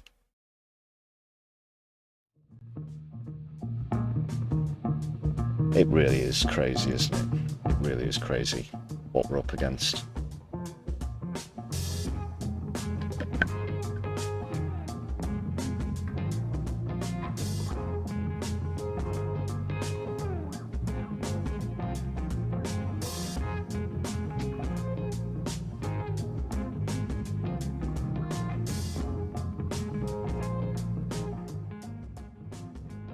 A polite reminder, no football score spoilers in chat. Also, make sure you keep yourself hydrated whilst watching the Brews at 10, whether it's a brew or another cold beverage, whatever your choice.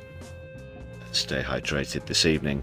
It's still going to be in the very high teens or low 20s overnight, people.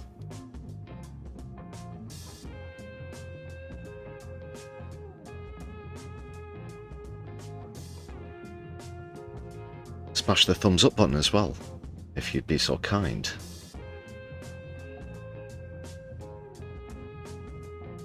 We'll keep things going. From doom to hopefully a couple of things that we can feel more positive about, with double hot seats. Yes, 2 active hot seats at the moment. The Manchester mayoral race, of course, as well as the Clacton-on-Sea by-election. We're going to start with Manchester because today Geraldine Coggins, the Green Party candidate, and Zach Polonsky, who we're going to see in a few moments, launched the manifesto for the Manchester mayoral election. Something we're really excited about because we really think Coggins has a very good chance. We're backing her. We know that based on the local election results, a lot of other people in Manchester are behind the Green Party right now. Of course, sick with Labour, not happy with Andy Burnham and these stunts that he's played to worm his way into power. The top seats of executive power in the land. And looking forward to seeing what Geraldine's got to say, actually, because I've not seen this full clip through myself. I might get to hear a lot about what's in the manifesto.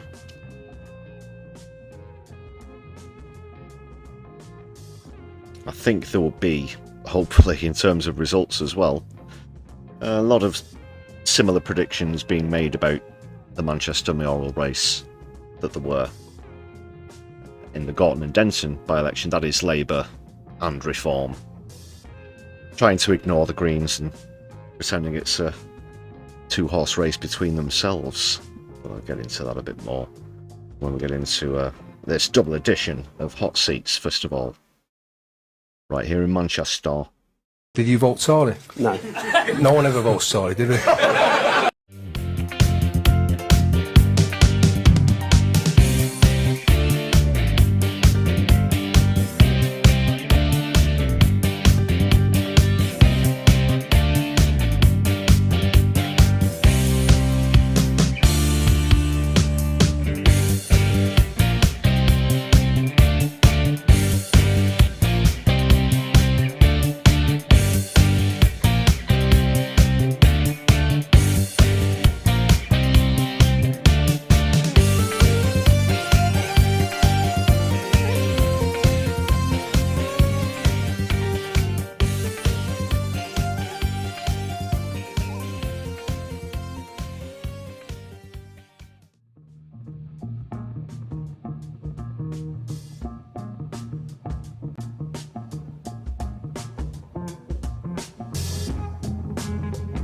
Right, let's get straight into the vid.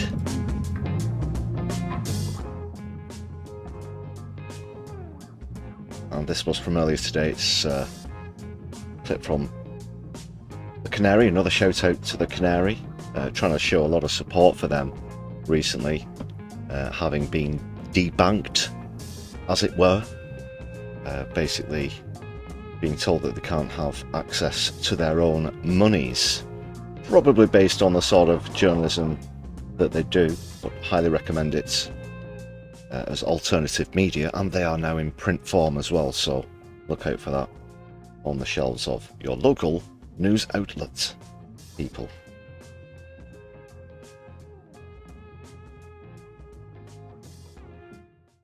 Take it away, Zach.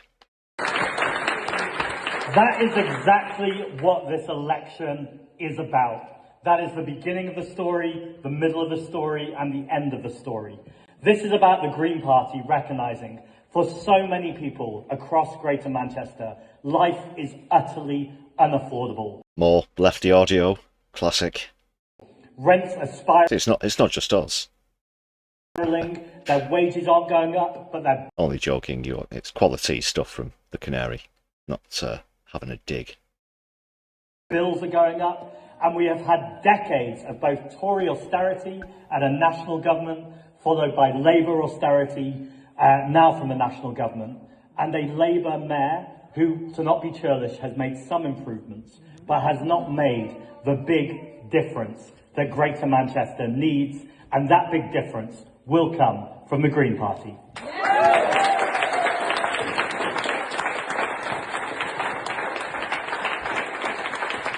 Go Coggins. If anyone could hear, that's Sarah's baby just agreeing with all the problems that are going on. It's wonderful to be here in Nyamos. I'm sure many of you know this, but this was the UK's first black community-led organisation. And in fact, Nina Simone has performed here. Amazing community activists for decades have performed here. And it's wonderful to be launching our manifesto here. Because this is exactly, again, what this election is about. It's about community power. It's about recognising that change does not come from the top down. Change happens when we reactivate our communities, when people recognise their power. And someone might say, well, how do you do that then? Well, that's what this manifesto is about. Let's look at some of the key pledges. Well, the first one is to make Greater Manchester affordable for everyone. I was born in Salford, and I saw statistics that said for the average renter in Salford, they are spending up to 40% of their income on renting. Yes, it's revolting, the rents in the whole of the Northwest. It's just pointing out that, well, it's a classic example, Salford as well. I don't know if, obviously, which is a city in its own right next to Manchester. I'll point that out and highlight that before anyone mentions it in chat or whatnot. But all over the country, all over the Northwest. And we're not talking about massively affluent communities, if you want to put it that way. In Salford, 40% of people's wages is going to leave people with the real hard choices in society, which is, of course, the classic one between heating and eating, or clothing their own children. It's got to stop. That's why Geraldine has pledged in this manifesto 20,000 new social homes, 10,000 of them to be built brand new, and 10,000 to be brought back into ownership, where we've got this scourge of empty homes. It's so important that we're providing those spaces for people. As well as that, to be a loud, prominent voice calling for rent controls. It is time to end rip-off rents. That's right.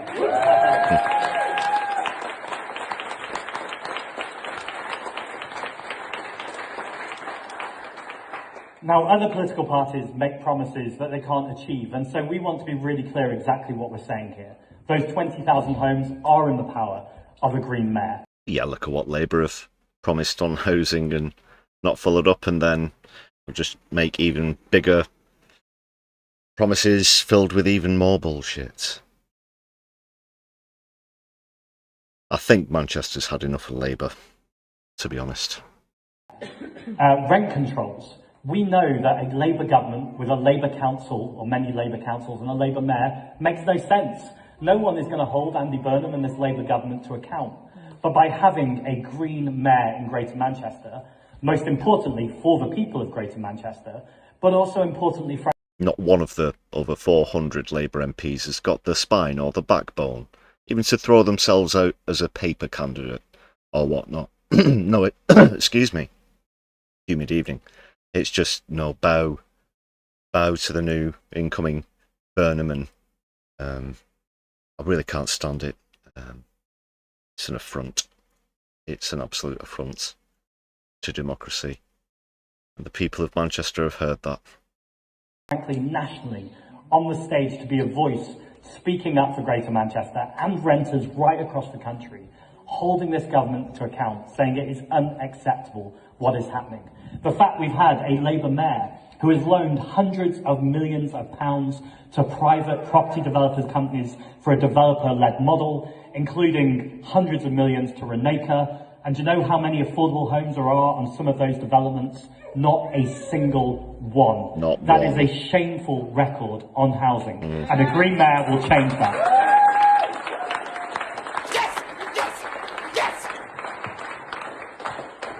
And of course, we are the Green Party, and many people have regularly said, or starting to regularly say, you don't talk about the environment anymore. Well, what I would say is listen up, because we've regularly been talking about the environment. And it's the same in this manifesto.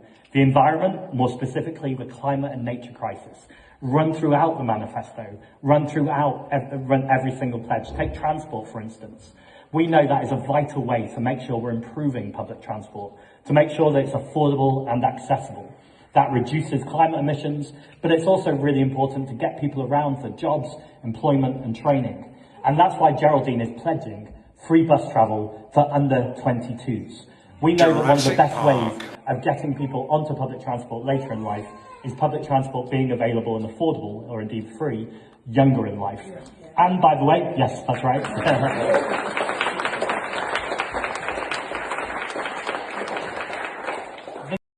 Yeah, we're going to maybe drag Britain into the 21st century. Of course, that policy has been used in a lot of other countries for some time now. In fact, some European countries have entirely free public transportation. This is exactly how everything's connected. I'm talking about transport, but let's go back to housing for a moment. As well as building these homes, the pledge is that 5% of the people in our developer, Homes for Greater Manchester, the public developer, 5% of those jobs will be for young people or people in training or apprentices. So this is all a way of making sure that housing is affordable. We're bringing in jobs, we're bringing in training and apprenticeships, and also we're tackling the climate and nature crisis and making sure Greater Manchester is doing their bit. And then the final one I want to speak about can sound small compared to these others, but I think it is vital to people's everyday experience, and that's our high streets. We hear over and over again, right across Greater Manchester, particularly in what are called the outer boroughs, it just feels like these town centres, doesn't feel like it, they have been left desolate. Empty shops, graffiti, boarded up windows. How can we expect people to feel pride in their place if the local council or the mayor don't make sure they're looking after these places?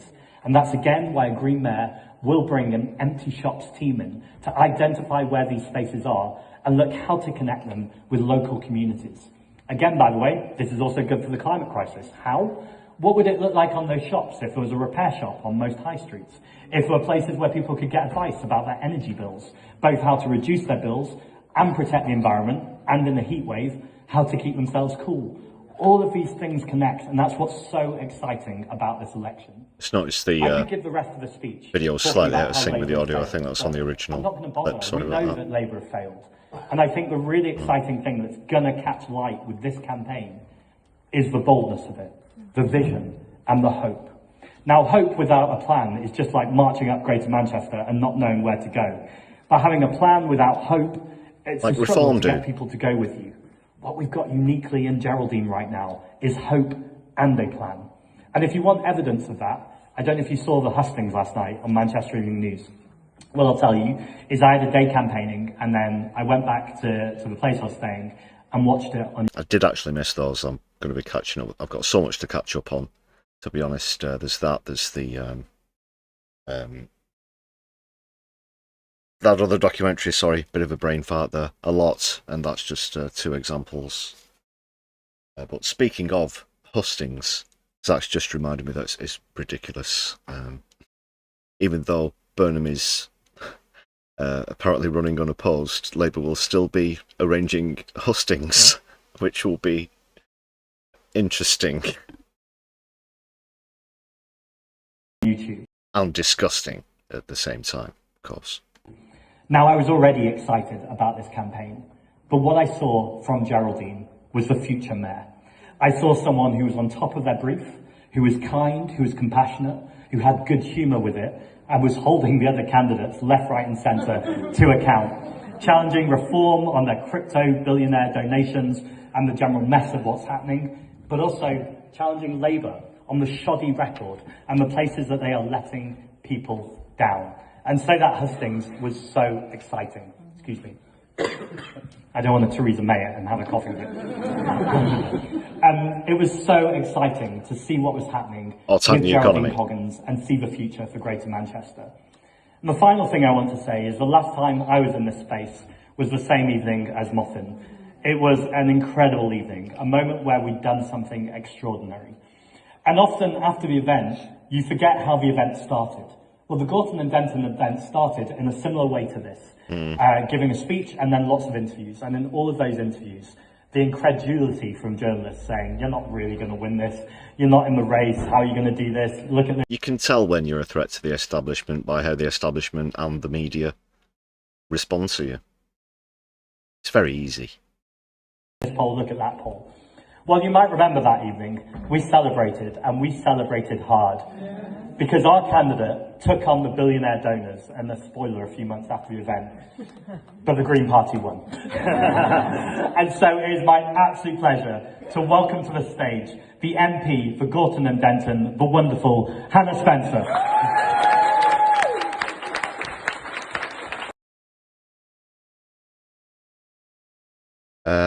For the sake of brevity, we're going to leave that clip there. I might play Hannah Spencer's bit on a separate stream, but do have to move on because we've got another live hot seat. If anyone from Labour would have had the balls to step up to Burnham, we would in fact have a triple bill at the moment, but just the double. Yeah, I'm hardly going to count it as a hot seat if it's no contest whatsoever with the Labour leadership election. What a time to be alive in 26. So let's move on to Clacton now, and we're going to be having a look at the candidate who we're backing. And I'll tell you, it's not Nigel Farage. Today I will resign as a Member of Parliament for Clacton-on-Sea, thereby forcing a by-election.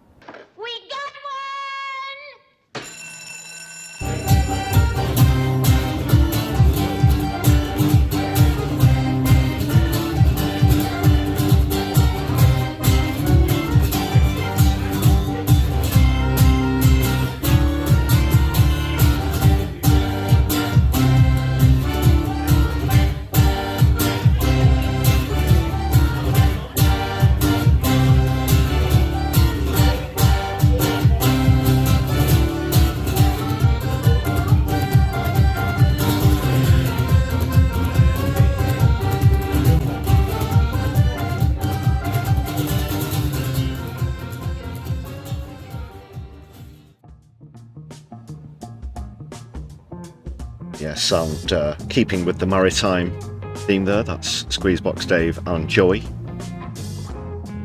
Won't bother explaining which instrument Squeezebox Dave plays, of course. Great stuff from them, friends of the channel.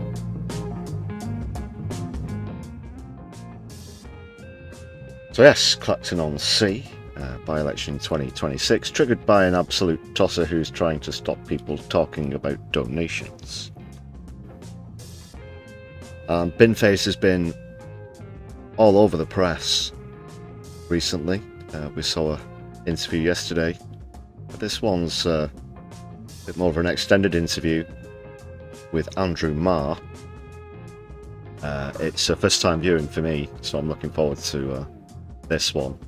You always get good stuff from Binface, and it really could be the most British by-election ever if the people of Clacton do their duty and get in the count. Remember, every vote count Binface is something, so many memes. But yeah, we would love that. We would love that. Really can't wait to see the first poll, but let's see the interview. This was from earlier on today. Let's see what Binface has got. Yesterday, you may remember, we reported on Nigel Farage's decision to...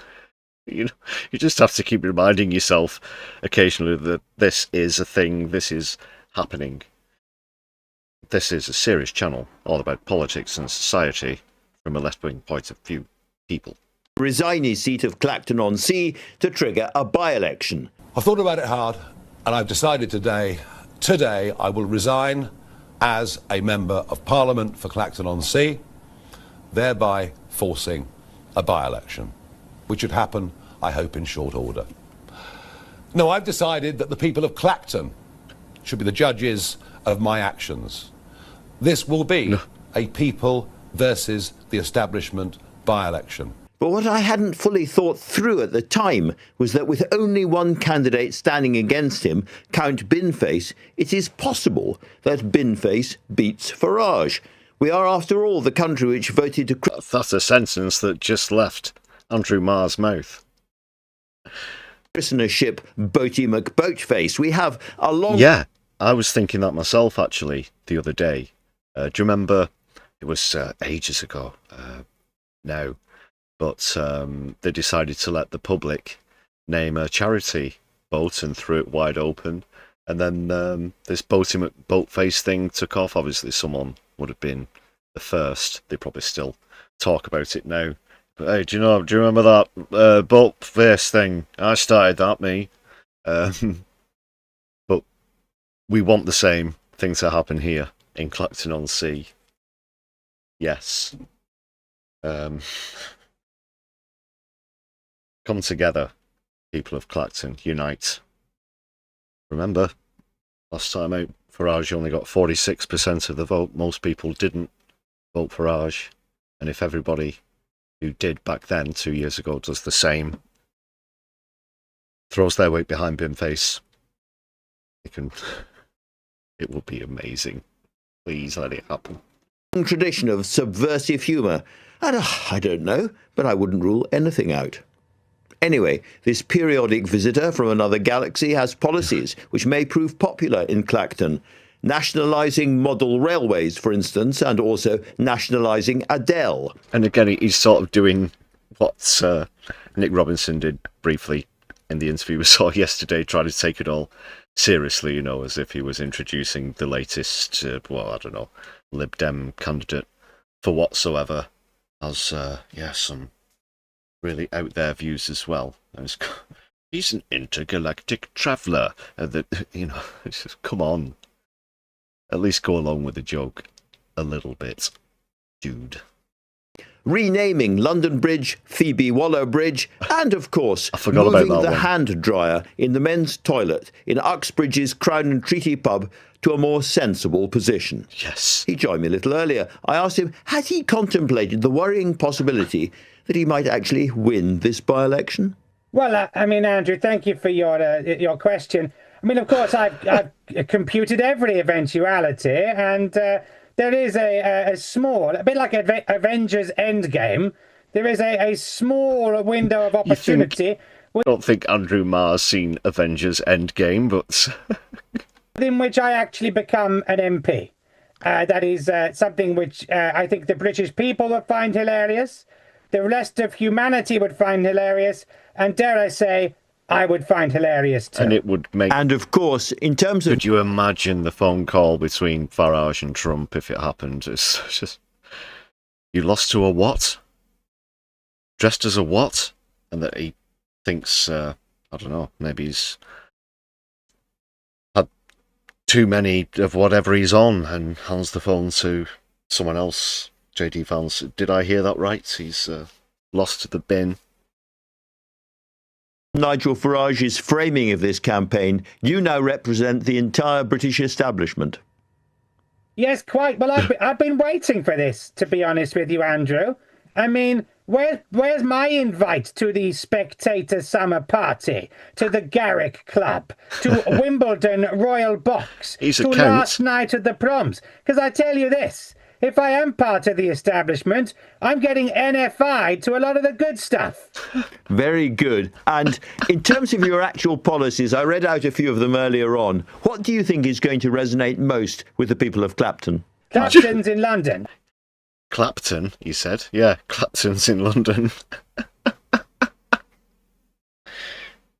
I know, I'm a Londoner. Sharp as a pin. Londoner, sorry. Well, I'm from Sigma 9 and I get it right. You've got no excuse. But no, I take your point. You've got a lot of places to deal with. For the people of Clacton, Clapton or anywhere else, what is the signature policy that's going to take you over the line? Well, this is the thing, you see, Andrew. I'm not actually on the ballot yet. You know how it works. I need to persuade 10 humans who live in Clacton to nominate me. And indeed, other candidates can do that too. That's the wonder of democracy. Clactonians out there. Clactonians has a good ring to it. Yeah, the Recyclons and the Clactonians. But just 10 of them have to step forward.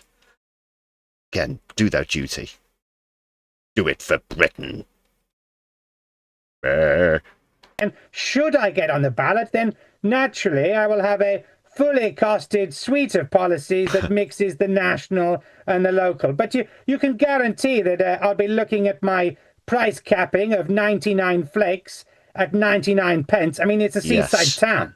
Yeah. That's got to be an easy win, wouldn't you say? During a heat wave. I think so. National policies, nationalise Adele, build at least one affordable house, tie nurses' pay to that of ministers, rename London Bridge after Phoebe Waller, bring back CFAX, and of course, move the hand dryer in the gents' toilets at the Crown and Treaty pub Uxbridge to a more sensible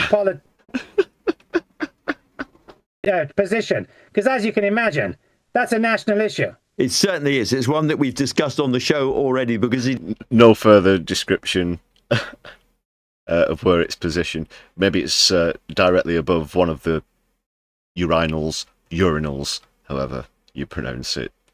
It is so important. But he's certainly got it in for the pub. If you got elected, do you realise that you would not be able to wear your current facial covering? The Commons rules, which I've got in front of me here, are very, very clear. Stick them up your balls, Ma. They forbid face coverings. It's for religious purposes. It's a Sigma 9 thing, maybe. He might do that one. That's what I'd go with. Well, I mean, the Commons rules are very clear about what you can do with donations. But that seems to have got all murky, so why can't I see how the... It is his actual head. How dare you be so discriminatory? That's unbelievable from Andrew Marr.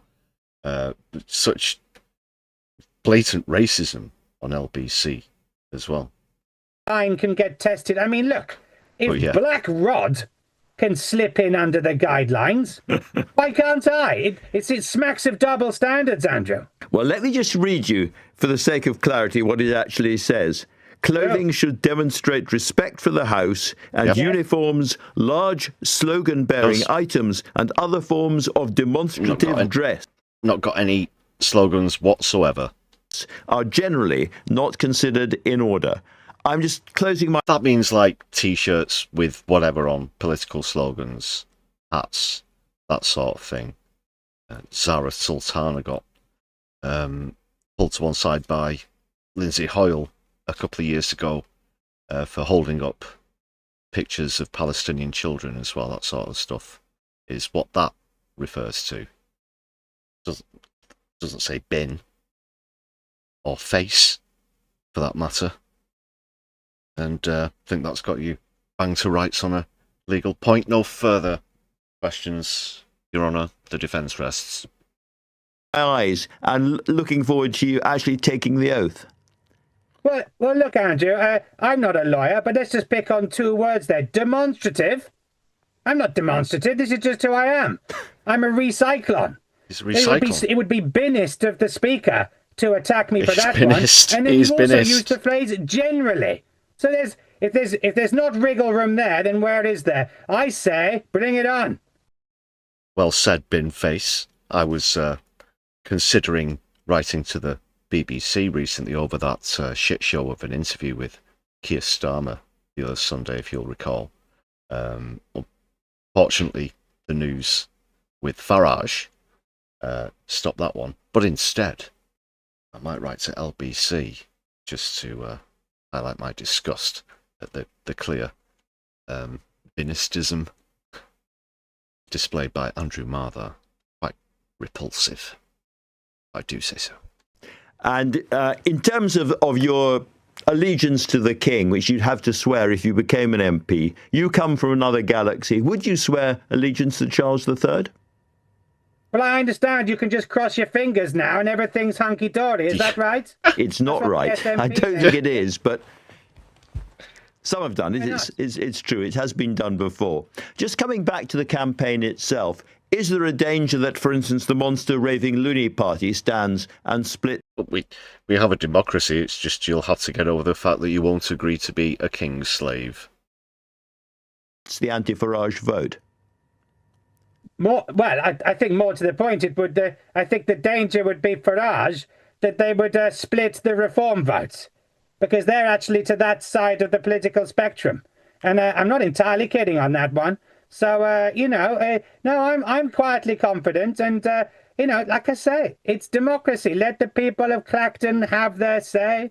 There'll be plenty of candidates. I doubt it will be a two-horse race. I mean, hey, in this day and age, you might have candidates dressed up as horses.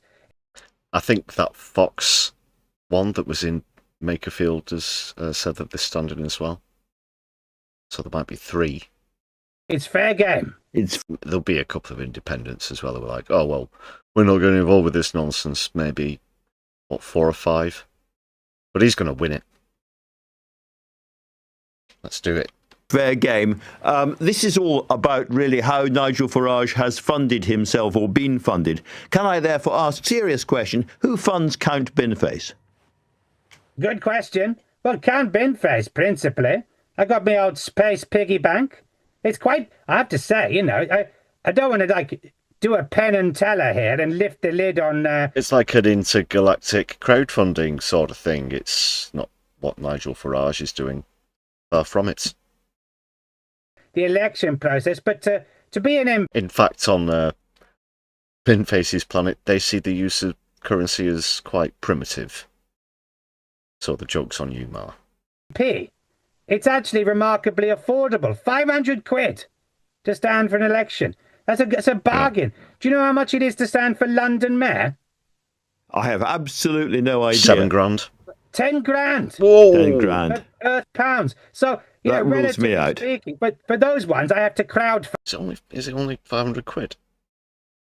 Well, that's pretty cheap. And humans, they drop me the price of 3 affordable croissants, £3, or whatever they can muster, and that's very kind of them. But I'm not looking for your crypto. I'll let you into a secret, Andrew. I actually did get an email from somebody asking if I wanted to get involved in crypto. I thought, aha, that's what this is all about. I'm not falling for that one. This could be quite a tight race. And lots of people who would normally vote Conservative or Labour or Liberal Democrat, but might be anti-reform, will come to you or may come to you. Are you actually going to fight a sort of serious door-by-door, street-by-street campaign in the seat? He's going to get an absolute army behind him. No. You're not? Well, why should I? I don't have to do that. It's a heat wave, for goodness sake. It's hard enough sitting here talking to you, Andrew. Are you trying to kill me or what? I'm not trying to kill you, but I am very, very much looking forward to the contest ahead. Yesterday... that was about it. Well, he'll probably get plenty of volunteers, even if he doesn't want to go door-to-door himself. Where's your sense of humour, Andrew Marr? Goodness me. Good responses from Binface. I was going to go through some absolutely terrible box pops from Clacton, but due to brevity, we'll have to leave it there for this edition of Hot Seat. Shout out again to Squeezebox, Dave and Joey Ludlow for the maritime outro. We'll keep you up to speed with the latest developments on the next stream. Okay!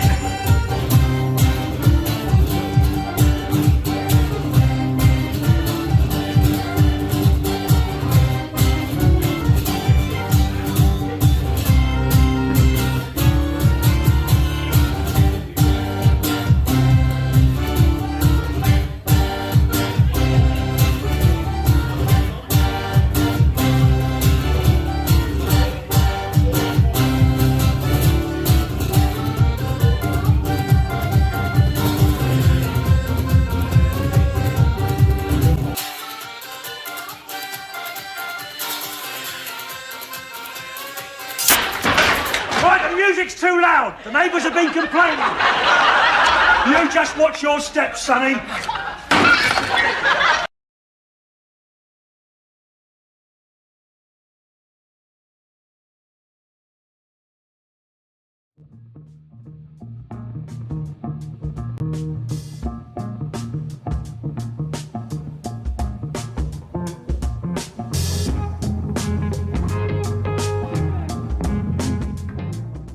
Ruining the party as always.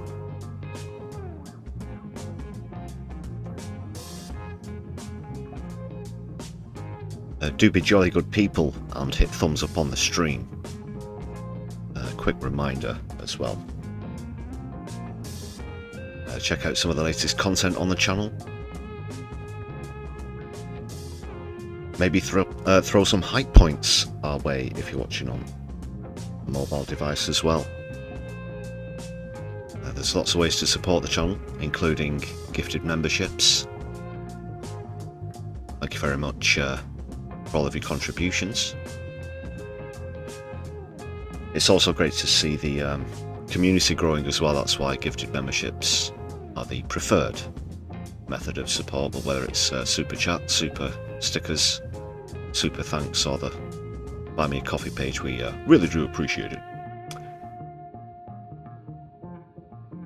And I think we're going to be raiding into No Justice.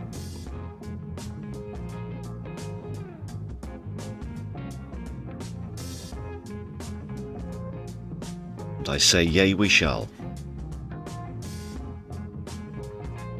Think Helena at No Justice will be having a chat with Kevin Logan as well. Highly recommend both channels.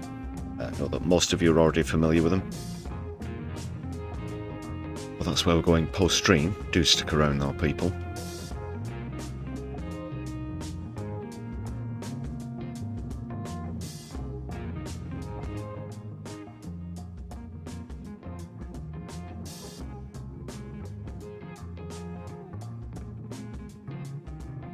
More streams to come, of course, later in the week.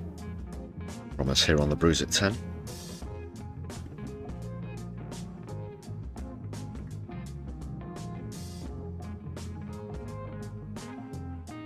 For now though, I will bid you a good evening. All that remains for me to say is power to the people, free Palestine, Lebanon, Sudan and Yemen.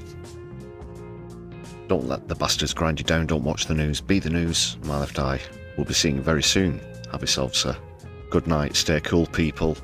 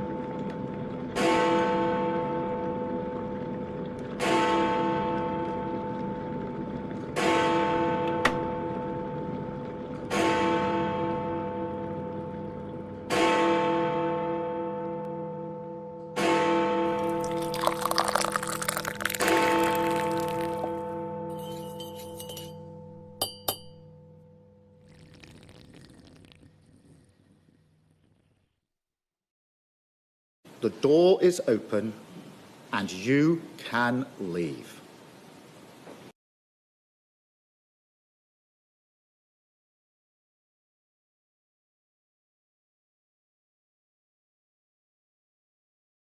It's what Hitler and Goering did, and it is textbook.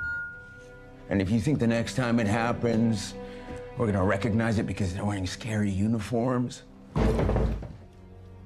you're out of your damn mind.